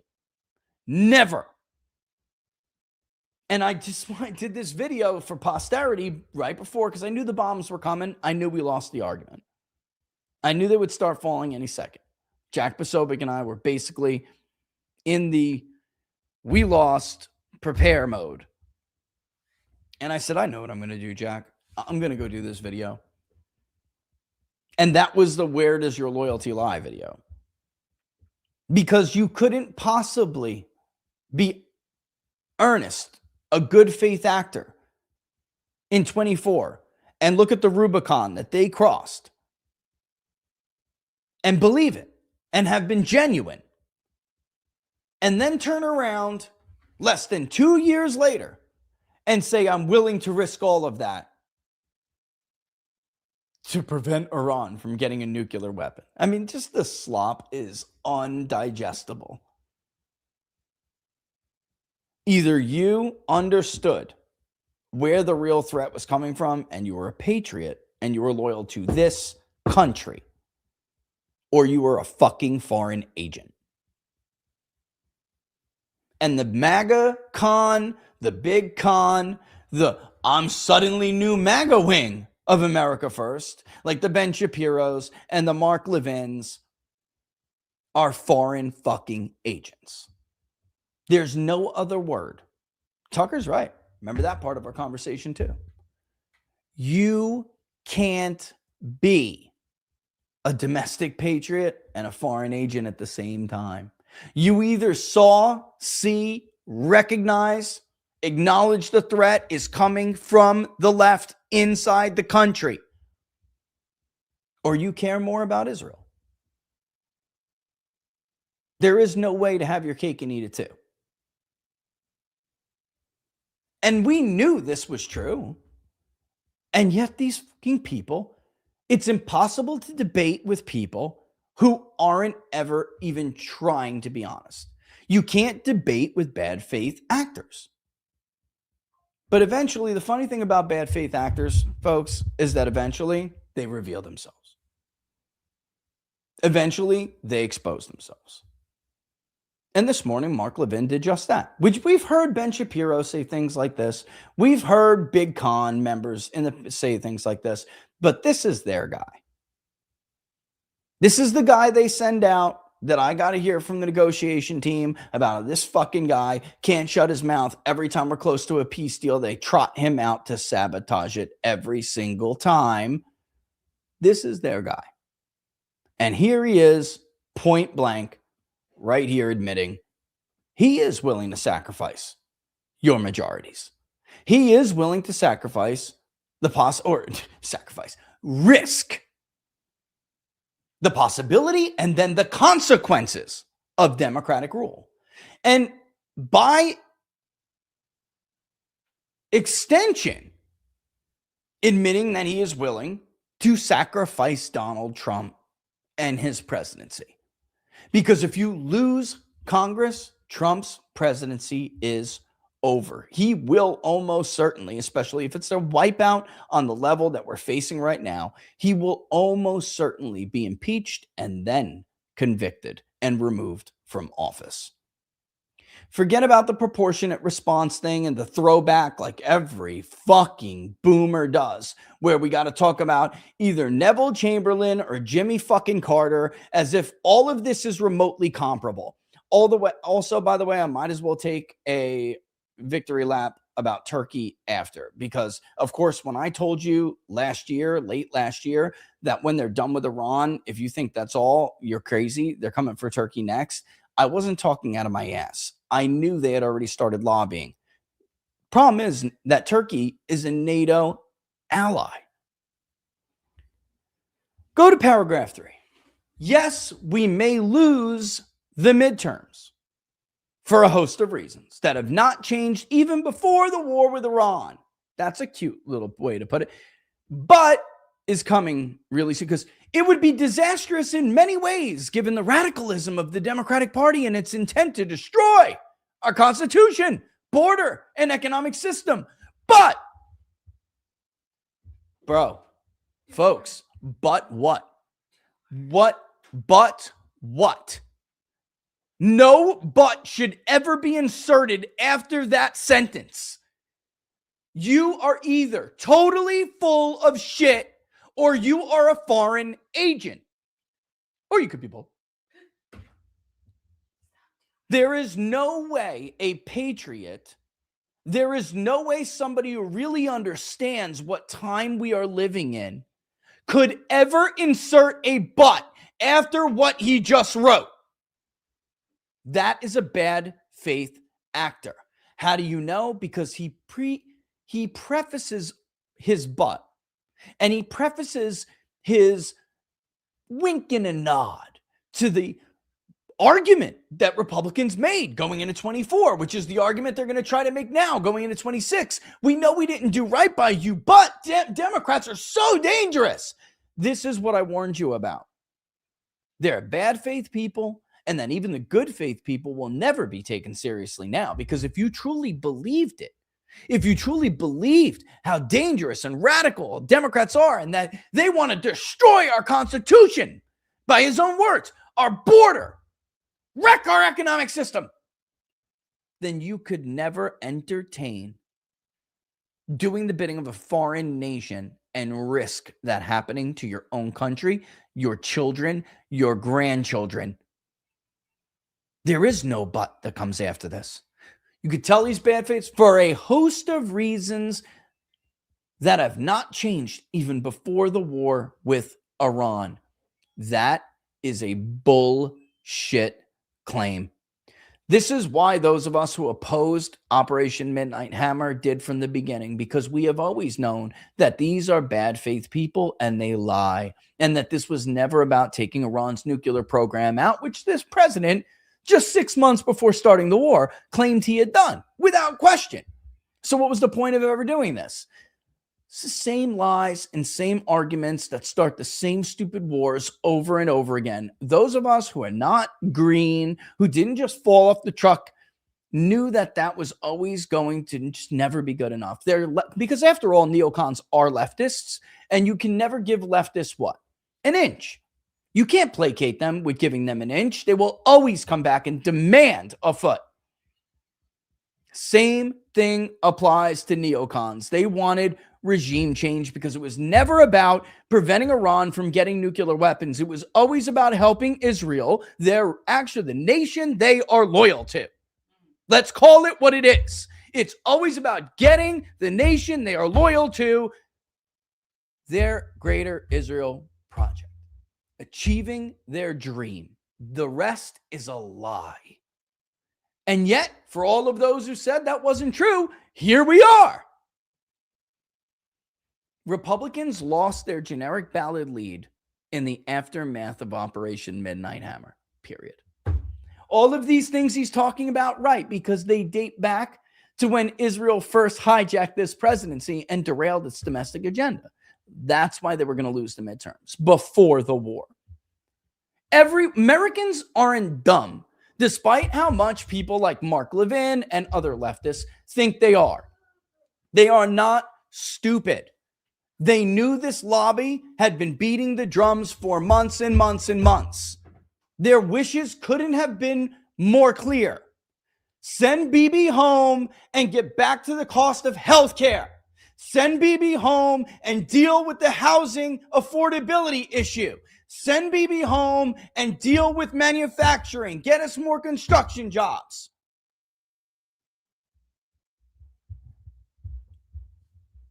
Stop handing out H-1Bs. Enough with the Trump card websites. Get domestic Americans who voted for you the economic relief that you promised them. But that hadn't happened since Midnight Hammer. We didn't even talk about a single domestic issue since Midnight Hammer. In fact, since March, mid-March, when the Gaza ceasefire ended and the lobby pranced into town, the Israel lobby pranced into town. It's been incredibly difficult to even get the president to speak about a domestic issue for more than 4 minutes before pivoting to a question about another foreign country somewhere. The comments from voters were crystal clear. We put them up for free for everybody to see. I did this week after week, month after month for a year. Republicans it was never inevitable. They never had to lose the midterms. They're on track to lose them now because they ignored the wishes of the voter. They ignored the warnings of the voter, and they did so knowing full well that it could happen. And people like Mark Levin and people in Israel First did it consciously knowing that it could cost the Republican majorities and would leave us under the dark days of Democratic control, which will be the end of Donald Trump's presidency one way or another. But if we are perceived as losing this war or as failing to finish the job or declare victory without victory, it will be used against us. By who? Again, the security agreement has already been completely obliterated. Who is going to hold it against us? Is that going to be how they finger point when the entire international system comes crashing down and others move to fill the power vacuums that Mark Levin and his ilk have created by starting an incredibly stupid war that nobody in the Pentagon thought we could win? Victory just happens to also be good politics.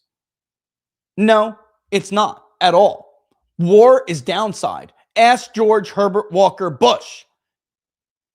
He thought the victory in the Gulf War would carry him, despite the fact that he ignored everybody's economic concerns and everybody's economic pains. And then the party fractured because of his broken promises, which are pale in comparison to the broken promises of the Trump administration. And it led to nearly a decade of Republicans being in the political dark ages. Ross Perot ran twice, took huge chunks of the vote, and we were dealing with Bill Clinton for 8 years. Until finally, Bush, who neocons also ruined, came back and he only cobbled together the coalition because he ran as a nationalist who said we can no longer be the world's police. Pfft. Unbelievable. Let me just get some commentary in here real quick. A newsman, Mark Levin, suggests Republicans should be okay with losing the midterm elections in order to continue fighting Israel's war that's devastating the American people economically. Thank you. A newsman. You know, it took me I see in numbers basically now only, numbers only. And I must have saw that handle 80 times and never realized oh, duh, a newsman.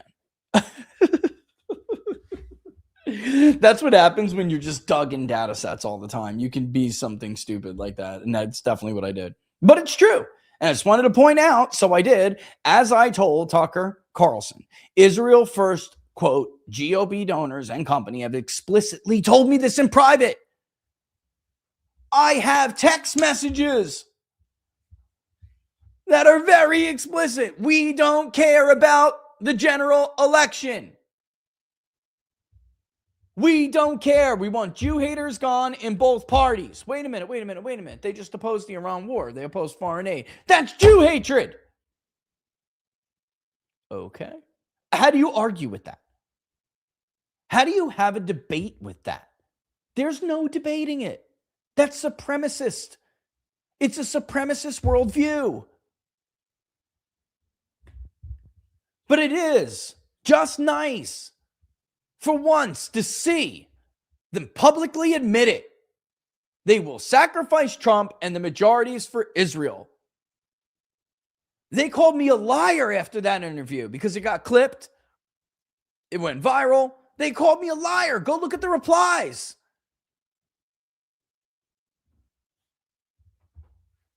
And I said, is this Vindication Day or something? Is where I got the idea for this title for tonight. Because I mean, Esposo calls me bright early in the morning. Do you see the New York Times article? Which we knew was true, but there was, at the time, a fight over that work that Tony had done. It was like Vindication Day. I'm like, how many more things am I going to be proven right about today? And let me just point this out again, and I can actually show you right here. Whoops, I don't want to miss that. I'll click on it. I'll bring it back in a second. But Republicans are not at risk, guys, of losing the midterms because of a host of reasons. They lost their lead on the generic ballot in the aftermath of Midnight Hammer. The data is absolutely overwhelming. It couldn't be more clear. Of course, economic issues are their number one concern. But that wasn't only going to be the point. The economy was roaring in November of 2018 as well. It still wasn't enough because Republicans broke a 7-year campaign promise on health care. And Democrats ran on that betrayal and the threat of repealing protections for pre-existing conditions, an argument Republicans could only hypothetically argue against. Guess what? They're in the same hypothetical trap right now. Let me tell you a little bit about how it's going to sound. Trump promised never to start no new wars. He promised to hold the Epstein class accountable. Instead, he started a new war for the Epstein class. And you can't afford to put gas in your car because he lied to you, because he betrayed you. Or you're forced to put more of that money in your gas tank instead of in your refrigerator because Donald Trump betrayed you for the Epstein class. This is going to work. And Mark Levin was just willing to give it all up to help Israel get the Greater Israel Project. So when Tucker goes out there and says, well, of course, because they're not American, they don't put America first.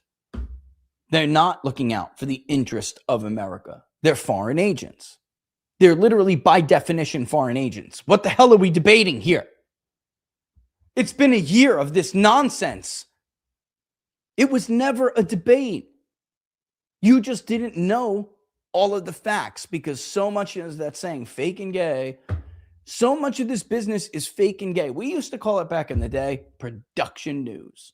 And now there's production influencing and production talk radio. And it's all bullshit. It's a show. And you're only allowed to find out the truth, the details of that production when it's too late. When the damage is already done. And it's sad that the system is set up like this. Because you have perfect example. Wannabe influencers are a real problem.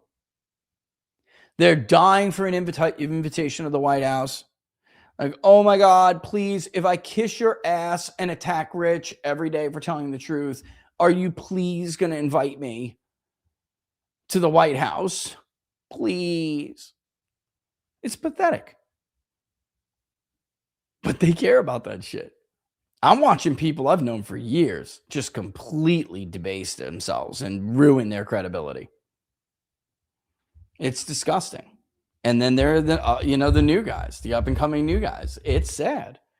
And then that on top of slop, like you'll get from Fox News, which should be investigated for committing campaign finance violations by cutting off people. They are going to turn. I told you these people will turn on Trump the first chance the first chance they get, and it looks like he's going to actually pivot back to being the real Donald Trump. The first Trump administration, folks, was so volatile and so chaotic because he really was a disruptor. He really wanted to be a populist. This one appears to be going optically, smoothly. And the reasons for that are not good. They're not flattering.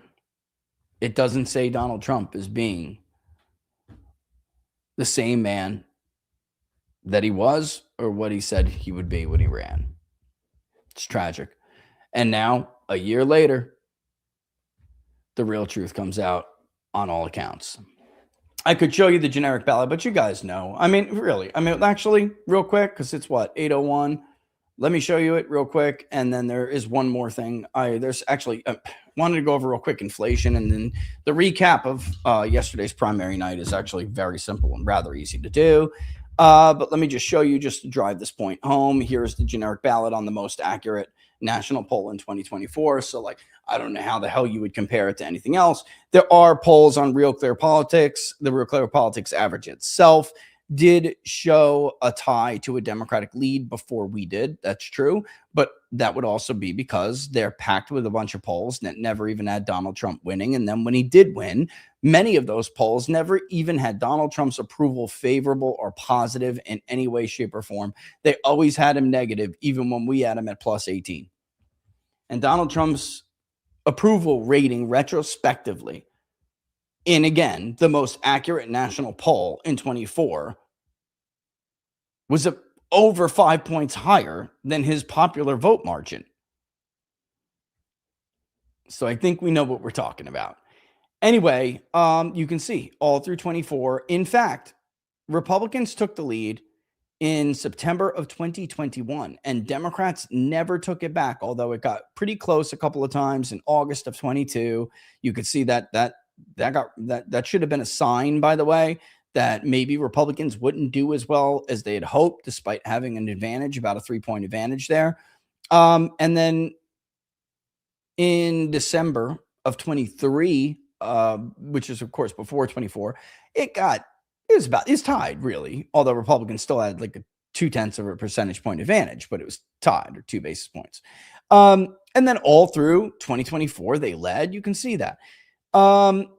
This is where they lost their lead. May of 2025, things start to get really shaky. The Epstein stuff blows up in their face. You can go and look on his approval tracking page. You'll actually see events there, which is pretty interesting. It was starting to get very shaky because, people were saying, look, enough with the bullshit, the Epstein stuff blowing up, the constant war drum beating by Israel. What is Bibi doing back in friggin' the White House? What are we talking about Israel for again today? It's getting annoying. I thought you were elected to make America great again. You're pissing us off now. And Republicans are con artists. We know that. So if you're not going to get a hold of this party, we're probably going to pull our support from you. Well, guess what? That's what happened. He bombs Iran. Operation Midnight Hammer happens. And look at the very next generic ballot. Republicans lose the lead. It's now Democrat +1. And next. It's just been going ever since. There have been some times when it closed a little bit and tightened a little bit because people had hoped, okay, maybe there's the real Donald Trump. He's coming back. State of the Union was a really good example of that. The new year, people had hope that he would come back and he would pivot back and the madness would be over. He'd tell, these lobbies to pound sand and tell John Thune and Republicans, get your asses back to work. We got things to do. Not only did they hope for it, they were desperate for it. I wouldn't call how American voters feel about Donald Trump. I wouldn't call it anger. I wouldn't. I would call it a deep disappointment. Deep disappointment. Are you really mad when you catch your wife cheating on you, men? I don't know. It's never happened to me. But, is it really anger a man feels when he's cut with betrayal? Ladies, it's the same with you. It's no different. Is it really anger? I see you yelling. I see you ready to kill someone. But are you really angry when you're cut with the betrayal? Nah, that's disappointment. Betrayal hurts so much because it comes from a place of disappointment. Especially if you love the person who betrays you. Speaking of love, that brings us to our last news thing before we go over a quick synopsis. Last news of the day. Here is the inflation. What does this have to do with love, Rich? What does this have to do with love? I don't know. Mark Levin loves Israel. This is the result of that, okay? I don't know what to tell you. All right, this is what the result of loving Israel first. The tail of the tape is real obvious here. I highlighted energy and gasoline for a reason. The CPI jumped over 4.2. That's the highest level in 3 years for a single month-over-month gain. It's bad. This is the 12-month percentage change, of course, and actually that's technically the seasonally adjusted 12-month 4.2. But it's a massive spike. It's coming from, of course, gasoline, energy costs in general. That's why I highlighted that. The red one is the all items index, which obviously moves at a much less pronounced pace on a month-to-month, and it's even on a 12-month rolling, right? On a 12-month percentage change. But the shock to the system from energy and gasoline is just stunning. And that is with Donald Trump attempting to manipulate the markets, and in some cases being very successful at doing so, right? We get a fake deal every Sunday night or Monday morning right before the markets open, and then it is bullshit, and that's what happens. Why am I saying I also brought up love and us being sarcastic? Well, this is the result of loving Israel first, but it's not that. It's, of course, I'm talking about Donald Trump's reaction to this report. This is going to be the biggest problem for Donald Trump, which will trickle down to Republicans, which is this lack of empathy. And I told you before, this is something you just never saw in the first Trump administration. It's a lack of, empathy, but it's more than that. He has a disdain for people. Like, you know what? Stop bitching about inflation. I'm sick of you bitching about inflation and affordability. It's a hoax. It's a made-up word. You would never have heard the first Donald Trump, the MAGA Donald Trump. You never would have heard him speak like this. It's just outrageous, and I don't know what to tell you guys. Like, this is why it's so much more likely. Can Republicans pull off the seemingly impossible here? Well, in the House redistricting, they really did well. And if they can keep the generic ballot to 3, even 4 points on some scenarios, they can hold the House. The Senate, it's not going to help them. But if they were to keep it that close, it certainly means the Senate would be far more competitive, much harder for Democrats to be able to take hold of it. But the reason why probability-wise that's so low is that when we see what we're seeing here, betrayals, this lack of respect for voters, you get punished. Period. No one gets away from it. Nobody gets away from it. You get punished. Even if the polls don't suggest you're going to be punished that bad. Should we go back and look at the Real Clear Politics average for the New Jersey governor race in 2025? Or the Virginia governor race in 2025? Polls, period. Republicans have been underperforming everywhere. And last night, we'll get into that too. Primary turnout is predictive, especially when we have such a robust data set that are comparable to each other in various state contests. And so are special elections when the data set is as robust as it is. And it does not look like the polls. It's bad. Or at least it doesn't look like the totality of polls. Let me put it that way. Some polls appear to be picking it up just fine, but others are not. All right, here we go. Right people come into our country.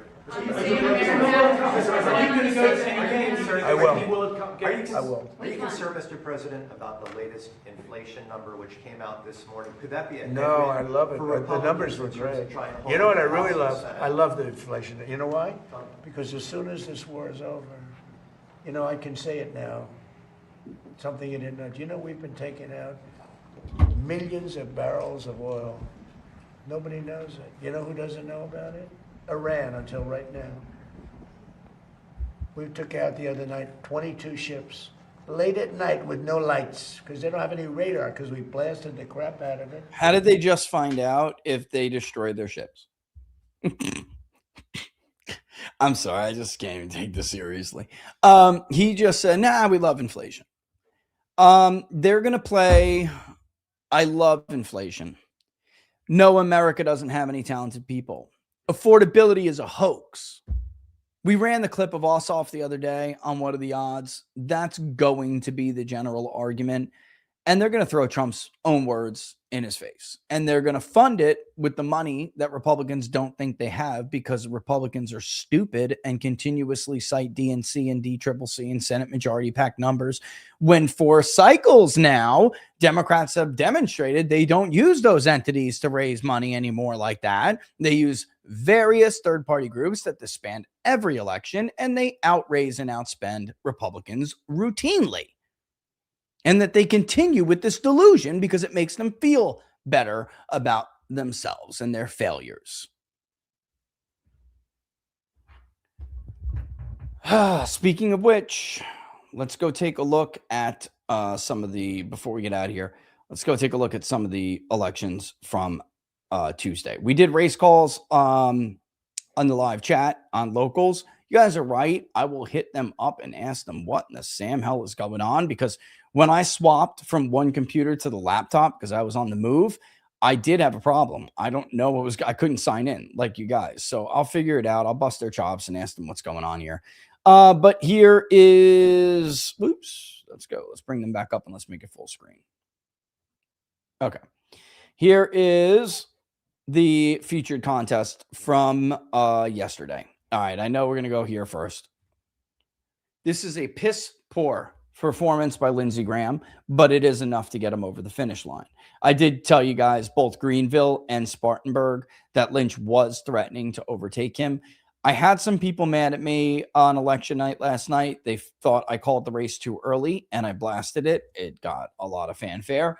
Within, what, guys, 2 minutes, 3 minutes, Decision Desk called it. It was very quick, locals, right? I don't remember how quick, but I know it was quick because Barnes and Mark Mitchell were looking, and they were fielding anger calls too. Like, what the fuck is Rich doing? It's not over. It is over. Let me show you a little something here. And locals would know this by now, but let's go to Horry County. Horry is a good example. All right. Let me just search it.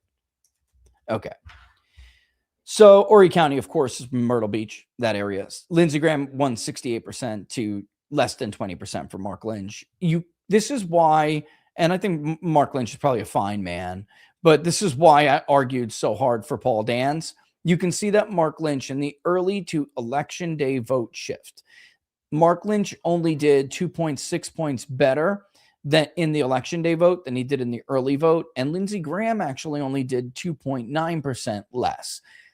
When we look at what's outstanding and what's remaining, what is outstanding and what has been counted, across, it's not just one county, across all these various counties, we knew the difference. And the argument people were making was that I called it too early because everything so far that I had seen was early vote. And that claim was just false. We weren't just looking at early vote. I guess you guys are just often in behind the results that we get, the tallies that we get. We were well into election day vote when I called that race, and we were into it in key areas around the country, around the state. And this is why, again, I just want to point this out. The issue when you are down in Richmond and you are down in Charleston and you are down in Horry, all right, and even in Augusta, this is central South Carolina. Up here by Myrtle Beach is known as the PD region, and the Charleston region, where you have Charleston, Beaufort, right? Jasper, this is low country. And then Columbia to Augusta is central. Up here, you have the up country, including the final sliver of Piedmont, okay, which is really just referred to as up country in most exit polls and stuff like that anyway. Mark Lynch was always going to make this an up country versus up country. And that's not good enough. The upcountry vote is not what it used to be, even in a Republican primary. The state-to-state migration has moved the votes into PD in the low country. Paul Dans was a low country Republican.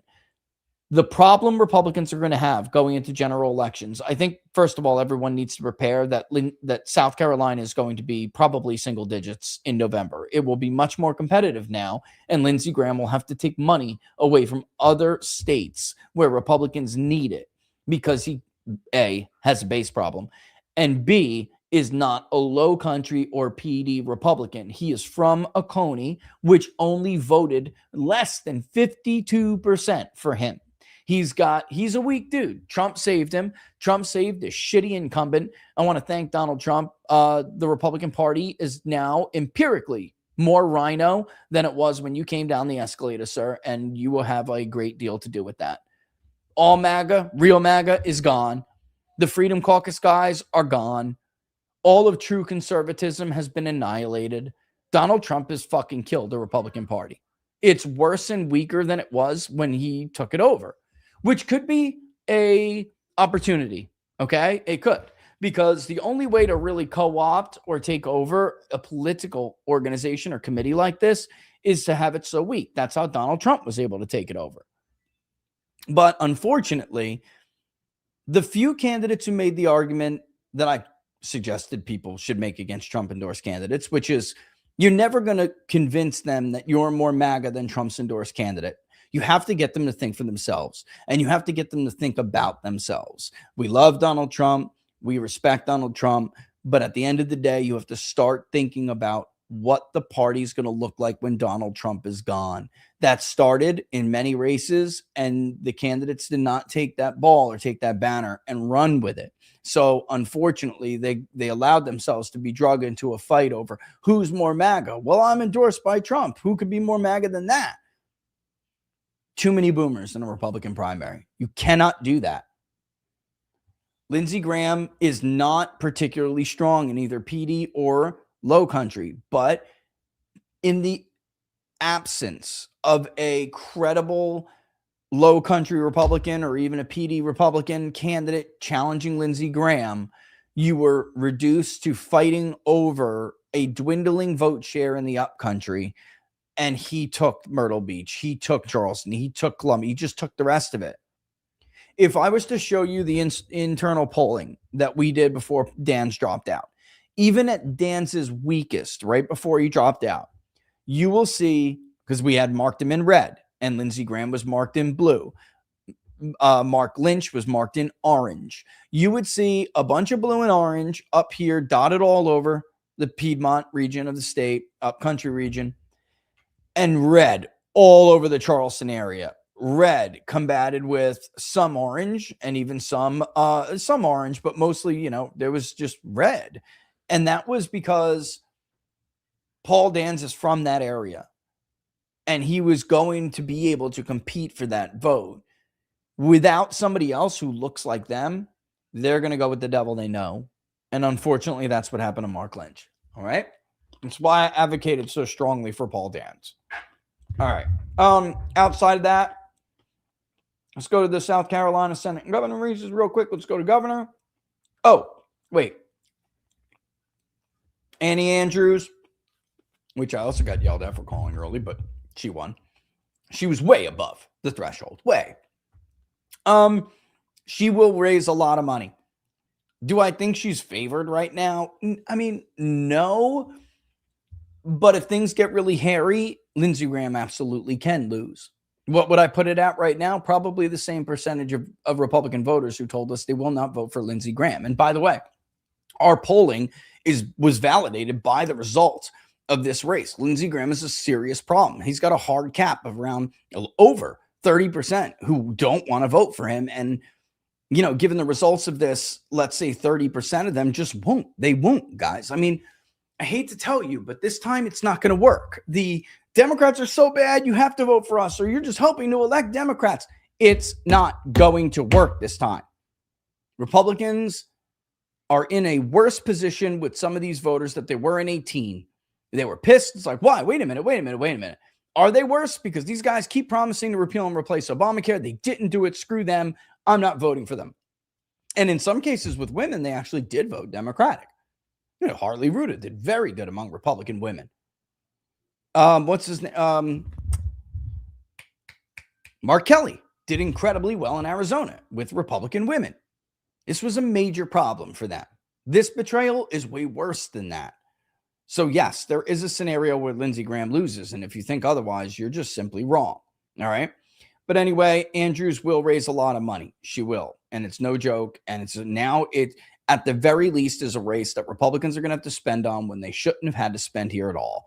By the way, their neighbor to the north absolutely needs it way more than he does. And he's going to take tens of millions of dollars away from Michael Whatley, and Roy Cooper is going to stomp Michael Whatley into the ground.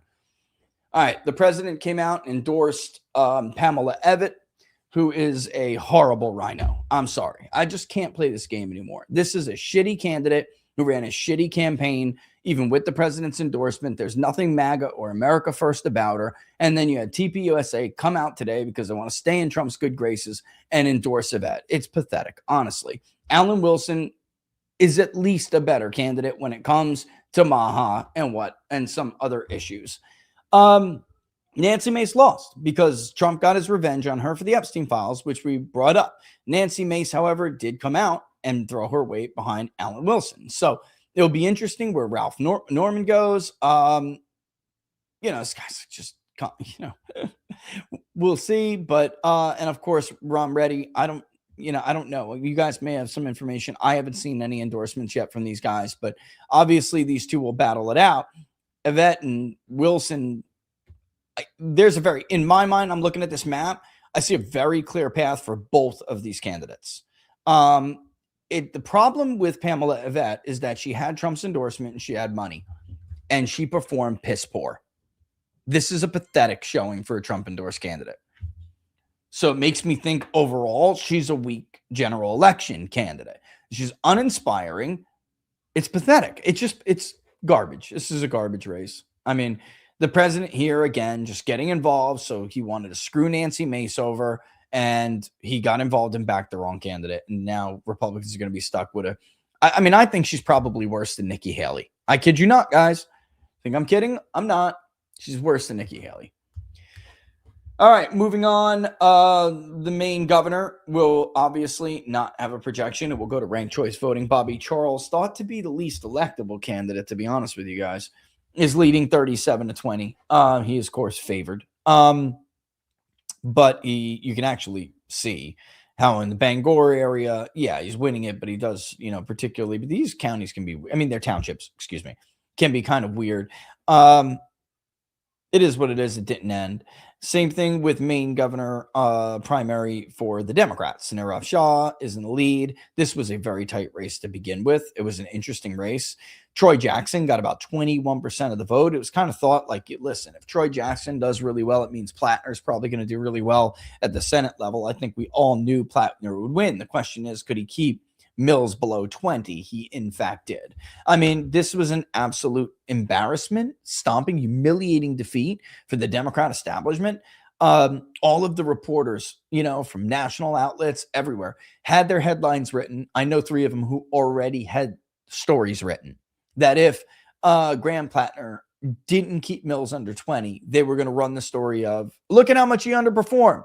It was unbelievable. We saw the very same thing with Donald Trump. Question is, will the slow drip that is going to come in of Oppo research and stories against Graham Plattner, will they work more effectively than the big whammy that Jay Jones got hit with in an environment as bad as it is for Republicans? And will it work? My instinct, watching Graham Plattner's campaign, first of all, and then his victory speech, I'm watching all these right-wing people celebrate on X. I think you guys are fools. I think you are grossly underestimating the national mood, number one, and never underestimate how much voters will overlook and how much they'll tolerate if they think somebody cares about them and they think someone cares about their needs. You all have completely forgotten the fucking lesson of Donald Trump. Hypocrites. Hypocrites. And stupid hypocrites, to say more. The rest is actually really simple. All right. Lombardo romped. But we're looking at 167,000 votes on the Republican side. And interestingly enough, if we go to Nevada governor on the Democratic side, just under 160, but there's still more votes to be reported because, of course, there will be more late arriving ballots in Clark, even though it says 95,000. 95% is estimated reported. That's technically not really true. And I think I can actually show you that. Where is it? Come on, Clark. Yeah. So there is it's not clicking on it. There's quite a few votes still remaining, apparently. Okay. What does it mean? I mean, this is where Republicans are supposed to have a much, much better registration base than they had 6 years ago, for instance. And I think it's a decent turnout, even though there really wasn't a competitive. I mean, Lombardo was favored. I just think that it's scary. Lombardo is a strong candidate and he's popular. So they should be okay there. But as far as the congressional races in Nevada, I think Republicans are in some pretty big trouble. If you look at the Maine governor, for instance, about 208,000 votes were cast on the Democratic side compared to just 18,000 on the Republican side. Maine Democrats smoked Maine Republicans in turnout. Sorry, my dog's going nuts. They smoked them. And I don't mean just, oh, well, there are more Democrats there. We know that. It was disproportionate and it was ugly. If you go to South Carolina and we go back, there's the last thing I want to bring up and show you guys. Here you have a sitting incumbent on the ballot, 465,000. And then when we go to Andrews, 367,000. Yeah, Republicans outvoted them by raw vote total. But this is a record for Democrats. This is not good. This is problematic. Everywhere we look around the map, Democrats are outvoting Republicans disproportionately. Not by, like in a state like South Carolina, it's not, it's not just clear cut, but it's a great, because it looks like there are more Republican votes, but it's a great example because it shows disproportionately two things are happening. Democrats are voting, turnout rates for Democrats are higher. And a big part of the reason is that Democrats in semi-closed and open primaries are getting independents to vote with them. And that is a bad sign.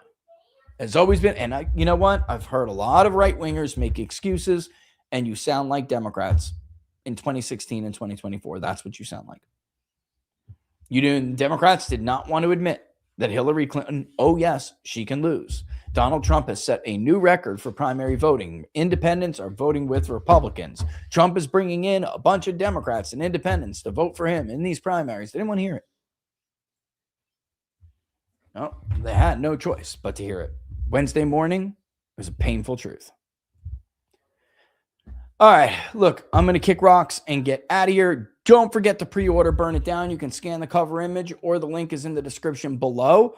As always, the best place to follow us is right here on Locals. peoplespundit.locals.com, peoplespundit.locals.com. Follow us on X and on the gram at peoples_pundit or on Getter and on Truth, which is without the underscore, at peoplespundit. Poso tomorrow and I are going to have a very cool conversation on human events. You guys should tune in. We're also doing I don't know how much I should let you guys know about this, but I will just say this.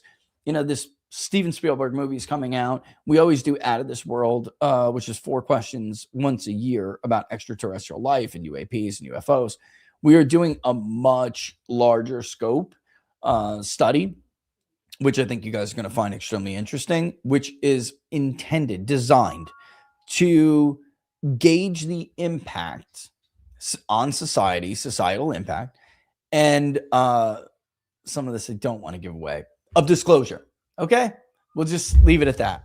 And this will be the first of its kind study that was ever been released to the public. All right? It'll be very, very cool.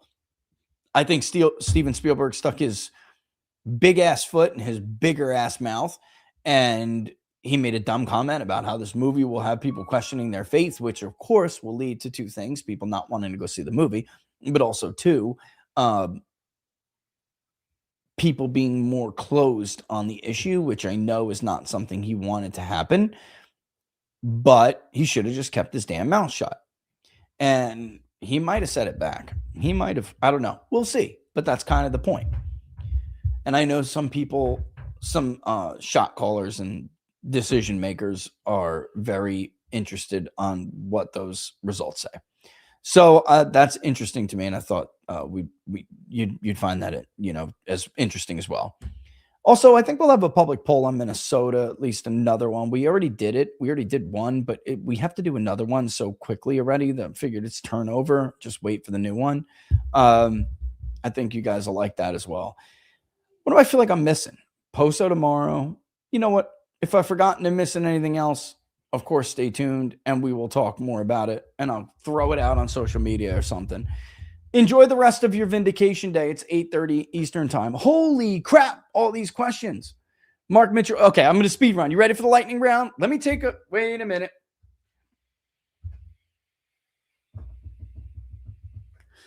Let's do a lightning round.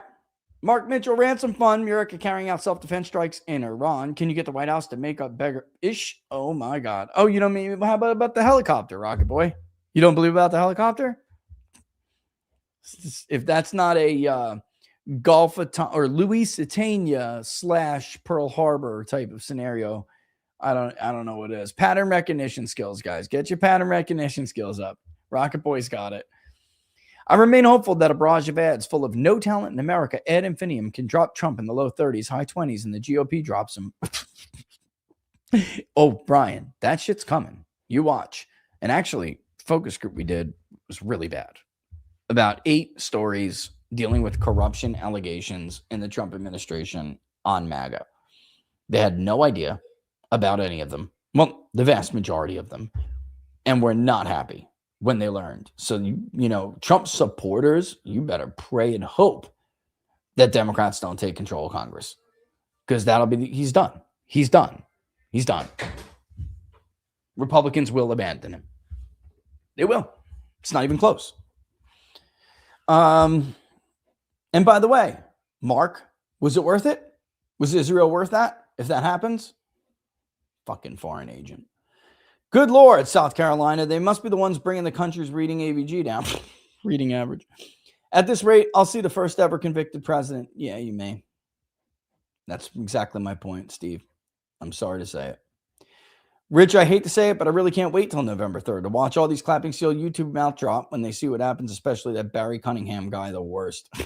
I'm not familiar with that guy, but I'm sure I've seen, you know, somewhere. But listen, a lot of people I know agree with you that at this point, they're actually hoping Republicans get killed, and they're Republicans. Guys, I'm in a very red area. Like, I'm not kidding. A very large percentage in my county, which is red and Republicans need every vote out of, Cooper is going to do very well here. The anger, like I said, it's like, I think it's disappointment masked as anger is just palpable. And they want to send a message. It's Republicans really did themselves this time. Even if Trump pardons him, Mark Mitchell ransom fund, even if Trump pardons himself, his cabinet, and his family, is there anything stopping Congress from allowing all their extradition to a foreign country to face? No. And this is something Barnes has tried to warn about. He'll end up like Bibi, basically on the fucking international run. It's not good. Hold on, guys, 1 second.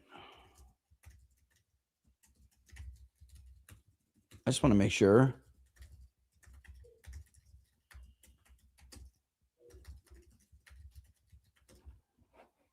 Hey, Laura, are you there? Can you please read that message? WTF, girl. Is that right, little man? Yo, so he swam last night, his older brother, which my oldest taught my youngest how to swim. It was so cute. He swam 5 feet under the water. So good. It was amazing. And he was doing it all day today. He wakes up, though, this morning, and the first thing he's like, I'm like, what's the stress, buddy? What's up? You know, tell me what's going on. He's like, you need to buy me snorkel gear. I guess he discovered snorkeling, you know, and he's like, it allows me to breathe underwater. It was so funny. I was like, oh, that's adorable. And I'm going to get him snorkel gear. I can't wait to see the midterms. Iran-Contra 2.0. Isn't this funny, Steven? Dan Bongino.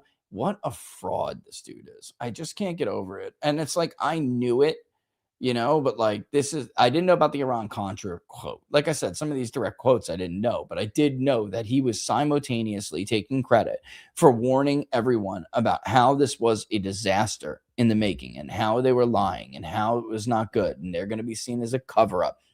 Somehow this guy, that guy, then comes out again on the orders of the woman he was blaming for not handling the Epstein files correctly, on the orders of that woman, comes out and goes scorched earth on everybody he calls black pillar and disloyal traitors because they fucking agreed with exactly what he was saying when he was in. He's such a con man.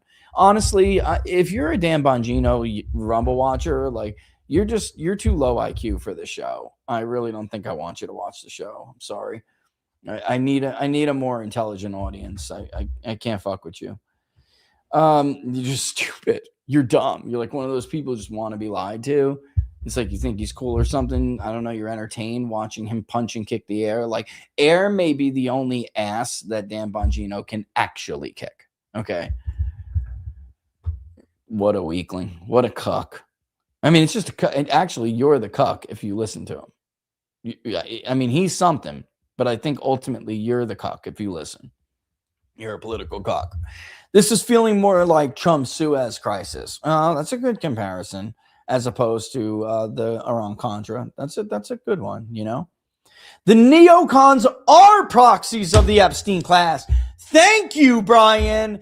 Thank you. Israel is their base of ops, their money laundering. Trump is their plant. I mean, I think ultimately Trump, I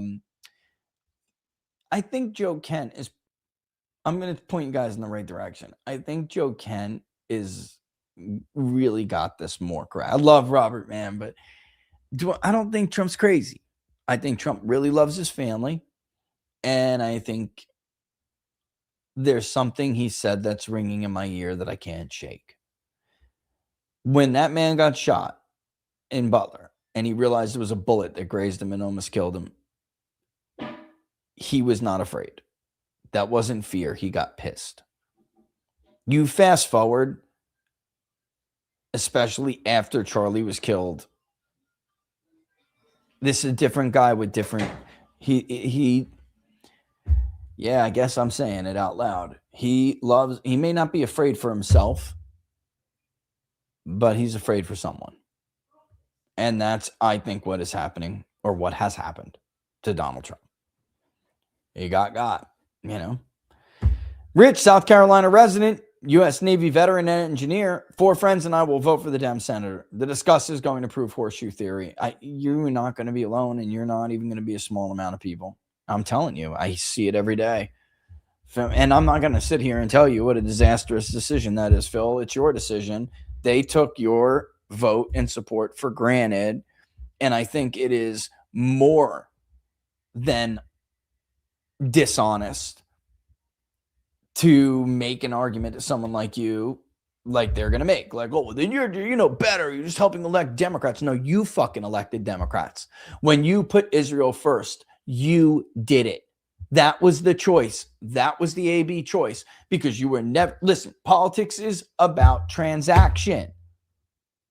You gave them your vote and they were supposed to give you something back, which was you. Take care of you first. America first. Put your needs first. No new stupid wars. No corruption. Accountability. Instead, you said, okay, here's my vote. And they said, okay, fuck you. Where's Israel? What do you expect people to do? The same thing Democrats did, man. After they won with Obama, they thought they were the bee's knees. And somehow those voters were just always going to stay with them. It was arrogance, hubris. And they got punished for it.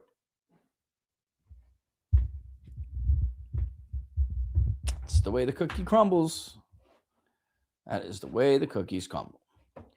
Oh my God, the memes on locals are hilarious. Ending the war with Iran. Ending the war with Iran. Oh my God. USA now. Dude, this one's good. You think I'll get accused of being an anti-Semite if I show that? It's just too good. I'm going to do it. Whatever. It's like you're allowed to point out that Israel dog walked you into the war. Like you're allowed to point that out. Okay? Look at that. It's funny. You're allowed to point that out. That's another thing the Israel First crowd forgot. There's a little something called the First Amendment. You don't like what I have to say? Ew. Owen says, Lindsey Graham won. I advise to vote the Democrat in the seat for the general. The goal is not accelerationism, though that will be a byproduct. The goal is clearing out the GOP so it can be an actual instrument to effectuate our politics. When they give you a Graham, we give them a Dem. It's the only way to get in the driver's seat. Onward to victory. How could you? It's very difficult to argue with that at this point. And I'll tell you why. Because you have people like Mark Levin who said it's worth it. Right? Right? You have people like Mark Levin and Ben Shapiro and who's that other loser? Boonchi. What's his name? Coochie. What's his name? I don't know. He used to be in like Red State, fauxredstate.com. I mean, they all said the same thing. It's worth it. Okay, well then fuck you. Then how dare you tell voters that are mad that they're worse or just as bad as Democrats or whatever if they vote for Democrats in a protest?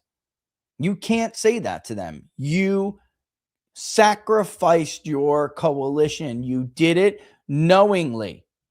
It's your fault. You elected the Democrats.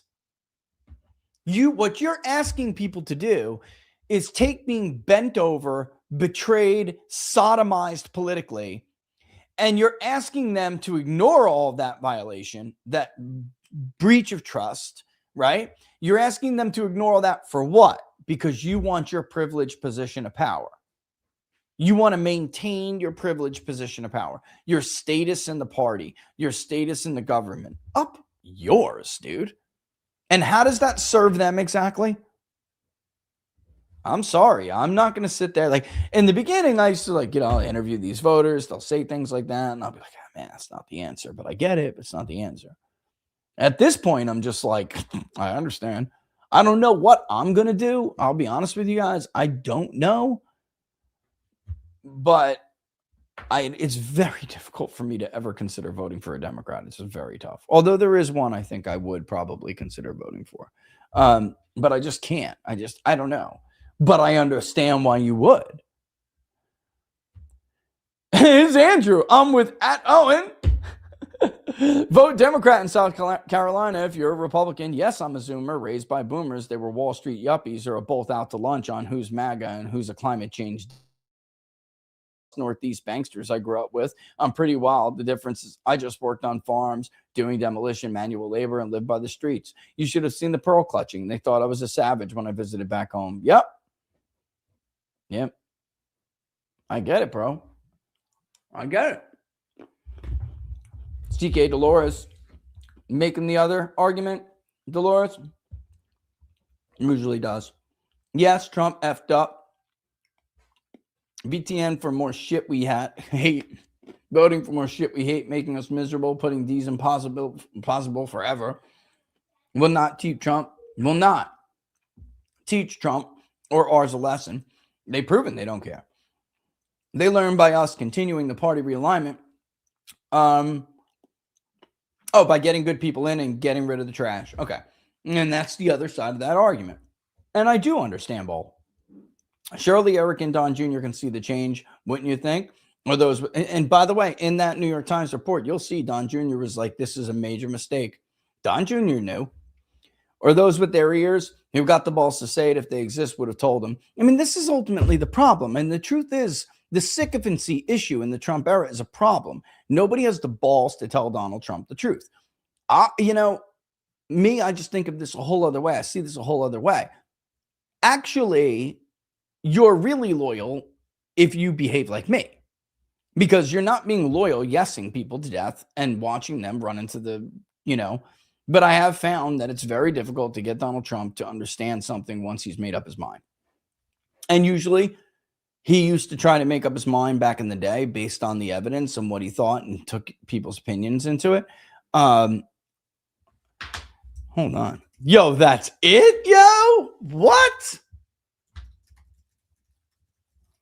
Dang. Hold on one second, guys.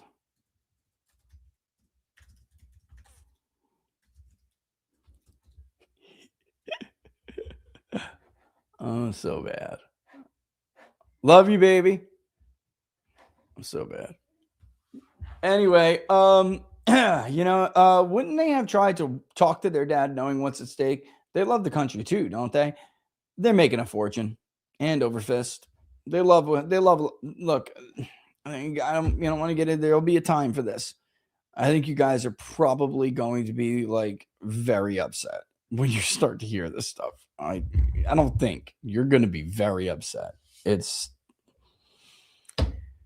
But, it's the same thing. It's like Trump in the first administration used to try to like take in these arguments. It just seems like in this administration, or at least most of this administration, he gets something stuck in his head, and then it's like your job to convince him he's wrong. And that is not the way things should be. And it's not even how he was. And it doesn't matter, because then he's just going to rationalize it anyway he can to arrive at the conclusion that he wants to arrive at. Or maybe he feels like he has no choice but to arrive at, which I think was the case with the Iran war, which is really terrifying. Now, Trump has really backed himself into a terrible corner where he's almost powerless. He knows he needs to end the Iran war. He knows it was a mistake at this point. But his choice is press on and risk getting destroyed. His presidency is over. Democrats come at him. They take him out. Or get out, try to salvage some of the midterms, but then AIPAC just whips their votes against you anyway for not finishing.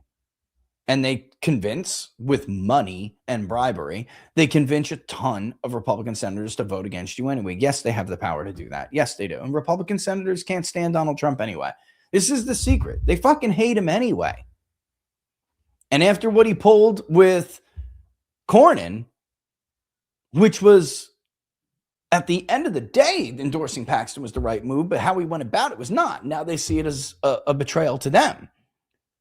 They already hated the White House. They already thought they treated them like shit. They didn't respect them. Same is even more true in the House of Representatives. But once you take out somebody in the institution like that they feel is one of theirs, they're pissed, man. Between Cassidy and Cornyn, they are furious. You watch. You watch how many knives come out. Look at Mark Levin. Look at Mr. Loyalty calling everybody else a traitor. He's been doing nothing but stabbing Donald Trump in the back with knives for like the last 72 hours. These people aren't friends. They can't be trusted. They're scumbags. They're coalition parasites. They feed off of your talent, what you have that they don't, and they just use you up, and then they move on to the next one when they're done. They're parasitic organisms.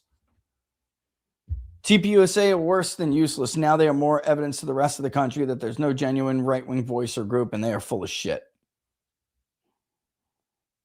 I hear you. I imagine you're talking about the endorsement in South Carolina and how there wasn't much activity at all in South Carolina, even though Charlie's number one target was Lindsey Graham. He thought that Lindsey Graham was insane, that there was something wrong with him, that he was dark, and he should not even be the face of the Republican Party in any way, shape, or form and needed to go. You know what, though? But everybody knows that. So it's not like I'm over here speaking for a dead man, speaking for Charlie, or claiming to speak for him. You can hear it in his own words.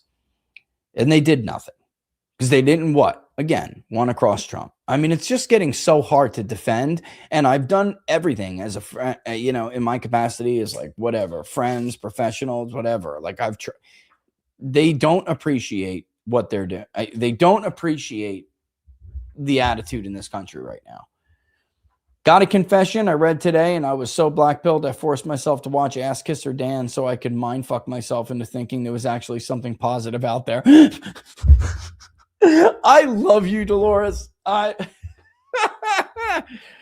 absolutely do. Can't stand to watch him anymore since he came back. He referenced the New York Times article 2. He said it just had proven he'd been right. Isn't it despicable? Isn't he like a reprehensible creature? Isn't he a spineless piece of shit coward? I was right. See? Wait a minute, douchey. Then why did you come out and attack everybody who was keeping the fight alive while you sold us out? You piece of shit. Now you got your Rumble contract back, so you think you're a tough guy again? Fuck that guy, man. He's such a clown. I really have absolutely no respect for him. Zero respect for that guy. Actually, no shit. Like, I think more of like insects that I accidentally step on than I think of Dan Bongino. I didn't know what it said until now. I'm disgusted again. I'm sorry I had to read that to you. And it's amazing because I actually said today, I was talking to Poso and I'm like, watch this piece of shit try to take credit without actually reading the article. He'll just say, yeah, this is supposed to be against me. Look, man, it makes me look so good. And that's the thing. It's like, we were like, that's the thing. You could have looked good.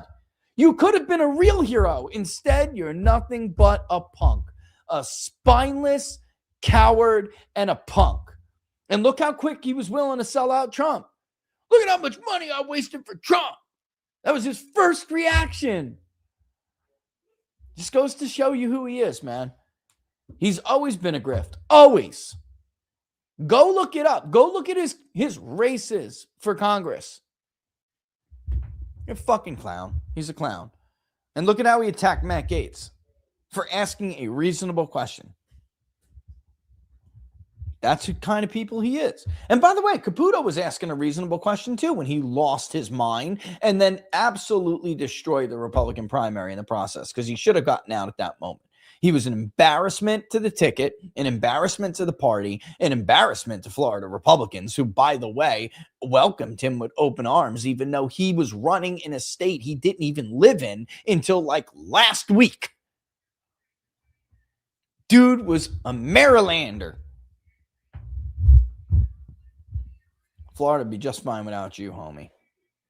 It's just that that's ultimately the problem with this movement. There's just too many grifters. There's just too, and I mean that in the real sense, because like people will call you grifter all day on Twitter. Look, you're such a grifter. You're a grifter. You're a grifter. Grift what, dickhead? You got to make money to have a grift. My money doesn't come from this. And if anything, I have probably lost a tremendous amount of money speaking up and having the positions I've had. And by the way, you're all going to find that out very soon in another well-known national organization, national media outlet, who has an even worse story that there's nothing I could do about it. Even if I wanted it to stop it, I couldn't. And you're all going to find out just how much money I've cost myself telling the truth. Yeah, horseshoe. Maybe I missed this, but why do you think he's doubling down again and retracting? Wait a minute, what you talking about? Boop, boop. Who we talking about? Who we talking about? Well, there's another one from you. If they don't love the country, if they have been completely going against the base for the past year, and now they're making all this money off of bad decisions. Yep. And Ross, were you talking about Bongino retracting? I don't know. I might have missed it. Is there any way you can just type that? Oh, there's no there. Oh, I got it. Yep. He's a total coward. He's a punk. He will try to, Ross, because he'll try to take credit for anything he thinks he can get away with taking credit for to make him look like he's the MAGA warrior he claimed to be. Guy's a total con, man. He's a con. Guy was, bottom line, I could play the clips all day. Hold on. Where's this? It's this one. Let's see. Is it this one? Erica didn't choose this. No, that's not it. Let's go to the next. Difficult conversation for me because I really believed in this guy. I did. I supported his attack on Massey. Oh, yes. Over the Epstein files, by the way. Went scorched earth over the Epstein files on Thomas Massey. And now we know from the text messages which Massey released that he is totally full of shit. There's nothing even remotely true about the order of operations in which he described that conversation. You know what? Play it. And the fight started over the Epstein files. All Thomas Massey tried to do was what he said, he argued, he was trying to do, and he thought was the right thing to do. Behind closed doors, of course. But he doesn't have the spine or the heart to advocate in public for it.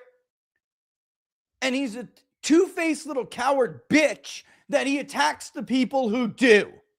Even though privately he's arguing for the same damn thing. Do you see what a scumbag he is? Guys, that is a coreless piece of shit.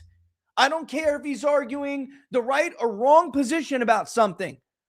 The fact that he's so duplicitous makes him a piece of shit. For a while, even when, him and President Trump butted heads. Been good on some issues. But I'm going to tell you something. I have never been as disappointed in a human being in politics as I am in Tom Massey. I largely stayed out of that race and make too many comments on it.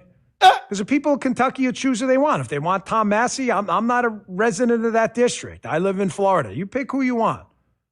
Got his opponent coming on in just a little bit, about an hour. We'll ask some questions about some issues that matter. The only show that Ed APAC Gowron ever went on. Guys, I'm done with this, man. I was actually going to show you how stayed out of it he really was with his constant back and forth with Tom Massey until Massey put the screenshots of the call log up on Twitter. Then he blocked Massey, which is what he always does, like a bitch, and never said a word again with Massey being able to see it. And then he has his opponent on. The only show Gowron went on. He didn't come on any show. He wouldn't show up to any debate. We offered to do it here. Nothing. But he goes on Dan Bongino. Sure, because Dan did APAC's bidding too. Well, he was Kash Patel's number 2 at FBI. Of course, the New York Times article he wants to take credit for now showed that he knew that that was wrong. And he did it anyway. And chose to lament about how much money he lost. Oh, why did I become a public servant? I've only tried to make a career out of it for 20 years and failed. But why did I become a public servant when I had all this money at Rumble waiting for me? Oh, what a fucking martyr you are, Dan. Honestly, I just can't stand the fraud anymore. I just can't. I don't want to hear about fraud in California until they're ready to clean up the fraud in their ranks. Don't forget, we'll be back on Friday and Poso tomorrow. I'm out, guys. Thanks for watching Inside the Numbers. If you like the shows, if you like the videos, don't forget to like them and share them far and wide. Of course, subscribe. Hit me up on the gram at peoples_pundit. Same thing as it is on X. And of course, without the underscore on X and on Truth at People's Pundit. But the best place, as always, is right here. peoplespundit.locals.com. peoplespundit.locals.com. Also, in case you didn't notice, we've been putting up some more trackers on Big Data Poll. We're going to get a lot more data in. We just have so many data sets. Ideology tracker, for instance, is only like 1 year up. There's like 12 years of data. Some monthly. It's bad, at least in recent years. So it's going to take us a bit, but we'll be adding more and more as time goes on. All right. Looks like it's 9 o'clock. I'm going to kick rocks and let you have the rest of your night. Thanks for watching as always, guys. Nothing but love for you. Thank you for all the super chats and the tips and the rants and all that. We'll see you on Friday. Thanks. Oh, yeah. What time tomorrow? 2:30, I think. Keep your eyes on the feed. You'll see it. Later, guys. Scan me. Pre-order, burn it down. Scan me.